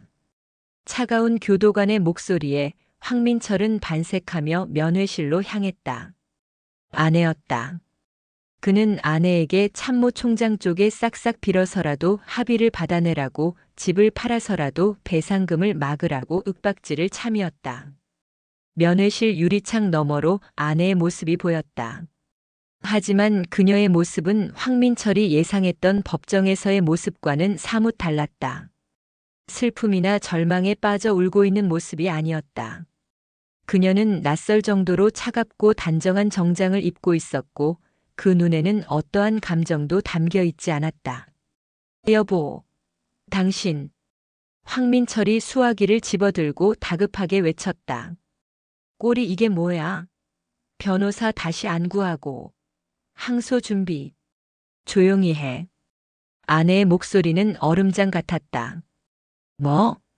내 놈 목소리 듣는 것만으로도 토악질이 나니까 조용히 하라고. 황민철은 순간 제 귀를 의심했다. 평생 자신 앞에서 숨죽이며 살던 아내였다. 당신, 지금 미쳤어? 내가 누군지 잊었대. 잊었지. 넌 이제 아무것도 아니니까. 그냥 징역 15년짜리 전과자니까. 아내가 가방에서 서류 한 뭉치를 꺼내 유리창에 펼쳐 보였다. 맨 위에는 선명한 글씨가 박혀 있었다. 이혼 소장. 에이, 이게 이혼 소장이야. 그리고 이건. 아내가 다음 장을 넘겼다. 재산 분할 및 위자료 청구 내역. 당신 명의로 된 서울 송파구의 아파트, 그리고 당신 부모한테 돌려놨던 차명 주식까지. 전부 가압류 신청 들어갔어. 뭐? 가압류? 당신 미쳤어? 우리 애들은, 애들? 아내의 입가에 처음으로 비웃음이 어렸다. 그 더러운 입에 우리 애들 이름 담지 마. 당신이 김은아 하사한테 5억 원 배상해야 하는 건 알지? 그 돈 당신이 밖에서 긁어 모은 더러운 돈으로 내야 할 거 아니야.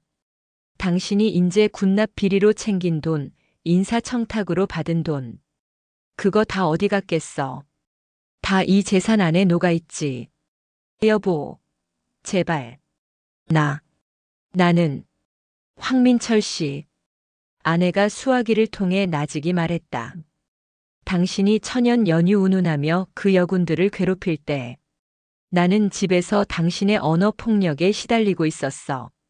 당신이 승진할수록 당신의 그 오만함은 집안에서도 똑같았으니까. 당신, 나한테 뭐라고 했는지 기억나? 황민철의 눈동자가 공포로 흔들렸다. 집에서 노는 주제에 내가 뭘 안다고 밥이나 똑바로 차려. 기억 안 나? 나는 당신이 참모총장 딸을 건드려서 망한 거라고 생각 안 해. 당신은 당신보다 약한 모든 사람을 짓밟아왔고 그 업보가 한꺼번에 터진 것뿐이야. 안 돼. 제발. 당신 앞으로 남은 재산은 아무것도 없을 거야. 변호사? 이미 내가 다 해임시켰어. 당신이 숨겨둔 비자금으로 선임한 그 비싼 변호사들 말이야. 그 돈도 전부 재산 분할 대상이거든. 황민철은 그제야 깨달았다. 자신이 믿었던 마지막 동아줄 가족이라는 울타리가 사실은 자신이 쌓아 올린 오만함에 의해 가장 먼저 썩어 문드러져 있었다는 것을. 아내는 자리에서 일어섰다. 그리고 그녀가 면회실을 떠나기 전 마지막 말을 던졌다. 당신이 그렇게 자랑하던 그 천연 연유 말이야. 앞으로 15년 동안 여기 이천 교도소 안에서 혼자 실컷 즐기시길 바라. 그게 내가 당신한테 받는 마지막 위자료라고 생각할게. 여보, 가지 마. 안 돼. 황민철의 절규는 차가운 유리벽을 넘지 못했다. 아내는 단 한 번도 뒤돌아보지 않고 면회실을 빠져나갔다. 그의 왕국은 그렇게 완벽하게 안팎으로 무너져 내렸다. 황민철의 몰락. 그것은 단순히 한 명의 부패한 군인이 사라진 것을 의미하지 않았다. 12사단 나아가 강원도 전방부대 전체에 만연했던 썩은 관행의 거대한 경종을 울린 사건이었다. 황민철에게 부역하며 김은아 하사를 2차 가해했던 박 상사와 이 중사. 그들은 징계위원회에 회부되어 각각 강등과 정직이라는 중징계를 받았다. 군납 비리에 연루되었던 인재 읍내의 업체들은 세무조사를 받고 문을 닫았다. 황민철의 네트워크는 그렇게 지도에서 지워졌다. 정보참모실은 완전히 물갈이 되었다.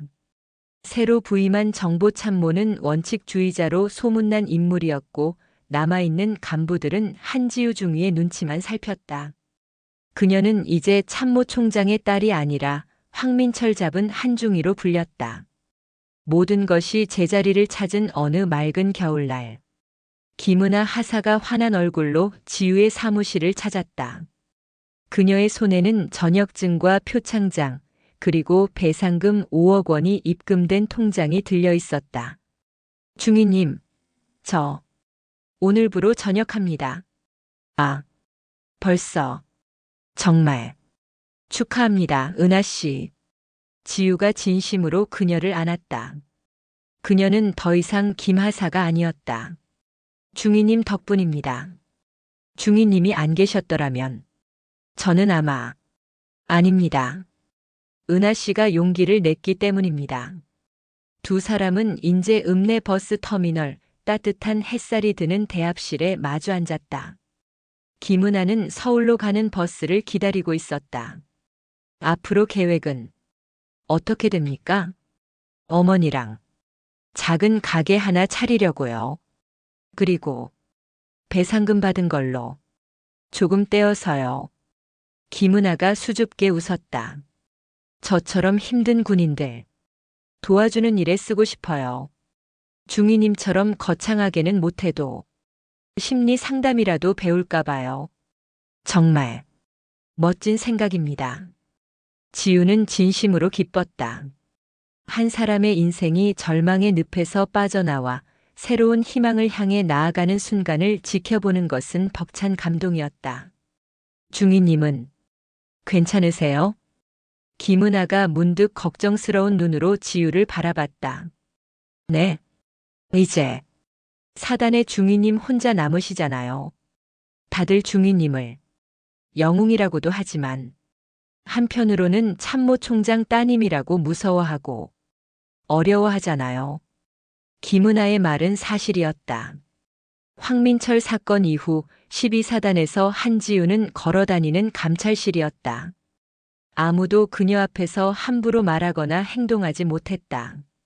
그녀가 의도한 것은 아니었지만 그녀의 배경과 그녀가 이뤄낸 일은 자연스럽게 그녀 주위에 보이지 않는 벽을 만들었다. 존경과 동시에 경외. 그것은 때로 깊은 고립감을 안겨주었다. 지우는 창밖을 바라보며 희미하게 웃었다. 괜찮습니다. 어차피 군인이 친구 사귀려고 온 건 아니니까요. 제 할 일만 제대로 하면 된다고 생각합니다. 그리고 이제 아무도 은하 씨처럼 고통받는 일은 없어야죠. 제가 여기 남아있는 한 적어도 22사단에서는요. 그때 서울 남부 터미널로 향하는 버스가 도착했다는 안내 방송이 울렸다. 저 가봐야겠습니다. 김은아가 자리에서 일어났다. 그녀는 가방을 메고 지우를 향해 깊이 고개를 숙였다. 중위님, 평생 이 은혜 잊지 않겠습니다. 정말 감사합니다. 고개 드십시오. 은하 씨는 제게 은혜를 입은 게 아닙니다. 우리는 함께 싸운 겁니다. 전우로서 두 사람은 마지막으로 서로를 힘껏 껴안았다. 김은아는 버스에 올라 창가 자리에 앉았다. 그녀는 버스가 인제 터미널을 빠져나갈 때까지 지우를 향해 계속 손을 흔들었다. 지우는 버스가 보이지 않을 때까지 그 자리에 서서 묵묵히 그녀의 새로운 출발을 지켜보았다. 홀로 부대로 복귀하는 길. 지우는 김은아가 남기고 간 빈자리를 느꼈다. 통쾌한 복수는 끝났고 정의는 실현되었다. 하지만 그녀의 싸움은 아직 끝나지 않은 것 같았다. 내가 여기 남아있는 한 스스로 했던 말이 귓가에 맴돌았다. 부대에 복귀하자 새로 부임한 정보참모김 소령과 그녀를 맞았다. 한중이 잘 다녀왔나? 이거 한중이 앞으로 온 편지인데 발신인이 없더군. 무슨 연애 편지라도 되나? 김소령이 장난스럽게 웃으며 편지 한 통을 건넸다. 지우는 의아해하며 편지를 받았다. 군 내부 우편이 아닌 민간 우표가 붙어 있었다. 봉투에는 제12보병사단 한지우 중위님 귀하라고만 적혀 있었다. 자리에 앉아 편지를 뜯어본 지우의 표정이 굳어졌다. 그것은 연애 편지가 아니었다. 떨리는 글씨체로 눌러 쓴 절박한 구조 신호였다. 한지우 중위님께 저는 중위님과 일면식도 없는 강원도 양구군 제21보병사단 백두산 부대에서 근무하는 여군 하사입니다. 중위님의 기사를 황민철 소령을 무너뜨린 기사를 읽고 용기를 내어 이 편지를 씁니다. 저희 부대에도 황민철이 있습니다. 그는 저희에게 차마 입에 담을 수 없는 짓을 강요합니다. 하지만 저희는 힘이 없습니다. 이곳 양구는 인제보다 더 폐쇄적이고 아무도 저희 말을 믿어주지 않습니다. 참모총장님의 따님이신 것을 이용하려는 게 아닙니다. 그저 황민철을 이기신 그 용기와 지혜가 저희에게도 필요합니다. 제발 저희 좀 살려주십시오. 이 편지가 부디 중위님 손에 들어가기를. 편지 끝에는 피해를 당하고 있는 여군들의 이름과 그들이 모았다는 작은 증거 목록이 적혀 있었다. 지우의 심장이 세차게 뛰기 시작했다. 김은아는 떠났지만 또 다른 김은아들이 여전히 어딘가에서 고통받고 있었다. 황민철은 잡혔지만 또 다른 황민철들이 여전히 군복을 입고 거리를 활보하고 있었다. 그녀의 고립감은 순식간에 사라졌다. 이것은 고립이 아니었다. 등대였다. 어둠 속에서 고통받는 이들이 바라보는 유일한 빛. 그녀는 더 이상 22사단에만 머물러 있을 수 없었다. 지우는 수화기를 들었다. 그리고 익숙한 번호를 눌렀다. 계룡대에 있는 중앙수사단장 박 장군의 직통 번호였다. 박 장군님, 접니다. 한지우 중위입니다. 수화기 너머의 박 장군이 반갑게 웃었다. 오 한중위, 웬일인가? 인제 생활은 좀 적응이 됐나? 지우는 창밖의 삭막한 연병장을 바라보며 말했다. 단장님, 적응할 시간이 없을 것 같습니다. 무슨 소린가? 강원도 양구, 백두산 부대에 썩은 뿌리가 하나 더 있는 것 같습니다. 제가 방금 그 뿌리에서 기어나온 벌레를 신고받았습니다. 단장님, 적응할 시간이 없을 것 같습니다.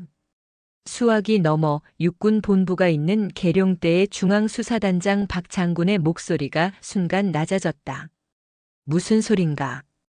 강원도 양구, 백두산 부대 제21보병사단에 썩은 뿌리가 하나 더 있는 것 같습니다. 제가 방금 그 뿌리에서 기어나온 벌레를 신고받았습니다. 지우는 떨리는 글씨로 빼곡히 적힌 편지의 내용을 침착하게 보고했다. 수화기 너머로 박 장군의 거친 숨소리가 들리는 듯 했다. 잠시의 침묵 끝에 그의 목소리가 돌아왔다. 한중이, 자네가 황민철을 잡은 것은 끝이 아니었어. 시작이었던 게야. 자네, 인제에 계속 머물러 있을 텐가? 명령을 내려주십시오. 좋아. 박 장군의 목소리에 힘이 실렸다. 자네가 황민철에게 아빠 백으로 이겼다고 떠드는 놈들이 아직도 많지. 그 아가리들을 전부 닥치게 만들 기회를 주지. 자네의 그 배경이 약점이 아니라 그 누구도 건드릴 수 없는 정의의 칼이 될 수 있다는 걸 증명해 보일 기회를.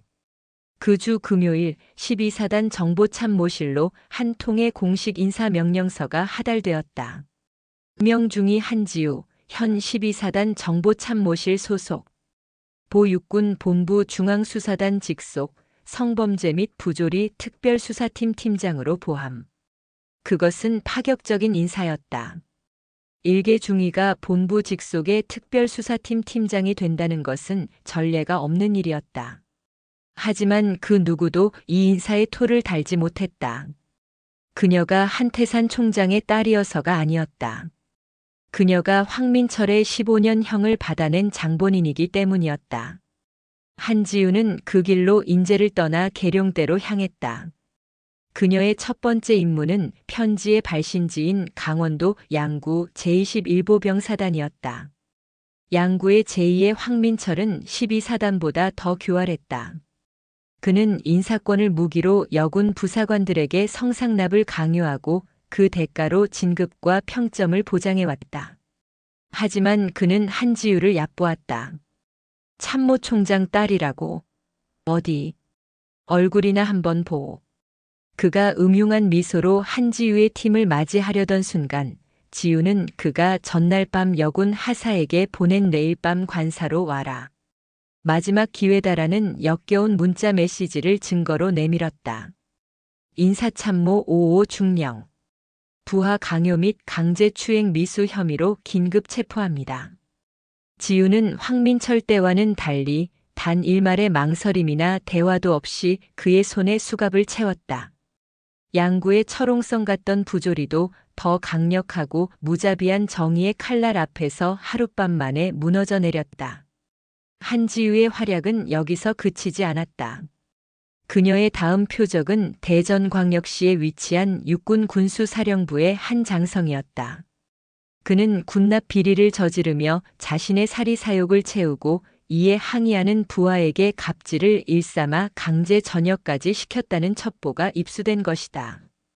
지우는 군수사령부의 모든 회계 장부를 압수수색했다. 그녀는 더 이상 피해자나 저항자가 아니었다. 그녀는 심판자였다. 당신이 빼돌린 이쌀 포대 하나하나가 최전방에서 고생하는 병사들의 밥 한 끼입니다. 당신은 병사들의 밥그릇을 훔친 도둑놈일 뿐입니다. 장성급임에도 불구하고 그녀의 칼날 앞에는 성역이 없었다. 한태산 총장의 딸이 총장이 가장 아끼는 군수사령부를 헤집고 있다는 사실에 모두가 경악했지만 한태산 총장은 오직 한마디만 했다. 내 딸이 아니라 육군 중앙수사단이 하는 일이다. 법대로 하라. 아빠 백은 부정을 저지르는 데 쓰이는 것이 아니라 부정을 도려내는 칼이 외압에 흔들리지 않도록 지켜주는 방패가 되어주었다. 한지우는 이 공로를 인정받아 대위로 조기 진급했다. 육군 전체에 한지우 대위라는 이름이 퍼져나갔다. 그녀의 이름은 새로운 전설이 되었다. 어느 날은 야전 부대의 회식 자리에서 술에 취한 상사가 부하 여군에게 억지로 어깨동무를 하려다 옆에 있던 동료가 그를 말렸다. 이러다가 한지우 대위한테 걸리면 어쩌시려고요? 그분 천연 연유 소령도 징역 15년 보낸 분입니다. 그 한마디에 회식 자리는 건전하게 바뀌었다. 어느 날은 신병훈련소에서 조교가 훈련병에게 사적인 가혹 행위를 하려다 동료 조교가 그를 제지했다. 야, 요즘 세상이 어떤 세상인데 이래. 참모총장 딸이 하극상으로 영웅된 거 못 봤어? 이제 덮어주는 시대 끝났어. 너도 황민철 꼴 나고 싶냐? 한지우라는 이름은 육군 내부에 만연했던 부조리와 성범죄를 향한 가장 강력한 경고이자 피해자들이 기댈 수 있는 가장 든든한 희망의 상징이 되었다. 시간이 흘러 모든 것이 잊혀가는 듯한 어느 날. 경기도 이천의 군 교도소. 이제는 희끗한 머리가 더 많아진 죄수 황민철은 배식구로 들어오는 콩밥을 멍하니 바라보고 있었다. 징역 15년. 아내의 이혼. 전 재산의 몰수. 그는 모든 것을 잃었다. 그가 평생 쌓아올린 인맥은 신기루처럼 사라졌다. 어이 황씨, 밥 먹어. 저 양반은 왜 저렇게 말이 없어? 새로 들어온 죄수가 물었다. 냅둬. 자기가 뭐 인재에서 잘나가던 소령이었다나 뭐라나. 근데 뭐. 연유 빼빼로 어쩌고 하다가 15년 받았대. 푸하. 연유 빼빼로. 그게 뭔데? 과자 이름이야? 몰라. 근데 그 과자 하나 잘못 먹으려다. 인생 종쳤대. 황민철은 그 조롱을 들으며 욱신거리는 자신의 오른쪽 팔목을 주물렀다. 그날 12사단 서고에서 한지우에게 꺾였던 바로 그 팔목이었다. 그곳은 비가 오는 날이면 어김없이 시리고 아팠다. 그는 그제야 깨달았다. 자신이 무너진 것은 한지우의 배경 때문이 아니었음을. 자신의 오만함 때문이었음을. 하지만 그 깨달음은 차가운 감방 바닥에서 너무 늦게 찾아왔다. 같은 시각 서울특별시 서초동의 한 따뜻한 사무실. 피해 군인 심리지원재단 함께. 김은아가 받은 배상금 5억 원은 그녀의 가게가 아닌 이곳을 위한 종잣돈이 되었다. 작가님의 요청대로 그녀는 표창을 받고 언론의 찬사를 받은 것으로 끝나지 않았다. 그녀는 제2, 제3의 자신을 돕는 새로운 삶을 선택했다. 괜찮아요. 저도 다 겪어봤어요. 이제는 김은아 상담사가 된 그녀가 군복을 입은 채 눈물을 흘리는 한 젊은 여군을 따뜻하게 안아주고 있었다. 그녀는 더 이상 공포에 떠는 피해자가 아니었다. 상처를 딛고 일어선 치유자가 되어 있었다. 사무실 문이 열리고 사복 차림의 한지우가 꽃다발을 들고 들어왔다. 은하 씨. 아니, 이사장님. 바쁘신가 보네요. 대위님. 어쩐 일이세요? 두 사람은 이제 계급이 아닌 서로의 이름을 부르는 전우이자 동지가 되어 환하게 웃었다. 그리고 모든 이야기의 시작과 끝. 서울 용산구 육군참모총장 집무실. 어느덧 저녁을 코앞에 둔 한태산 대장이 창밖을 내다보고 있었다. 그의 책상 위에는 딸 한지우 대위의 활약상이 담긴 보고서가 놓여 있었다. 왔느냐? 네, 아버지. 오늘부로 대전 육군 군수사령부 비리 척결 임무 완료했습니다. 고생했다. 한태산 대장은 창밖의 어두운 연병장을 바라보며 말했다. 이제 나도 곧 이 군복을 벗는다. 내가 평생을 바친 군대지만 여전히 썩은 곳이 많았지. 하지만 그가 딸을 돌아보며 자랑스러운 미소를 지었다. 내가 있어서 조금은, 아주 조금은 더 나은 곳으로 만들고 떠나는 것 같아 다행이다. 아버지, 나는 내가 자랑스럽다, 지우야. 저도 아버지가 자랑스럽습니다, 총장님. 한지우가 아버지를 향해 그 어느 때보다 늠름한 경례를 붙였다. 그녀는 아버지의 뒤를 이어 이 군대에 남기로 결심했다. 그녀의 배경은 더 이상 숨겨야 할 약점이 아니었다. 그것은 불의에 맞서 싸우는 가장 강력하고 가장 날카로운 정의의 칼이 되었다. 황민철이 휘두르던 칼은 약자를 향한 역겨운 폭력이었지만 한지우가 휘두르는 칼은 약자를 지키는 눈부신 정이었다. 그녀의 싸움은, 그리고 그녀가 만들어갈 통쾌한 인과응보의 역사는 이제 막 시작되고 있었다.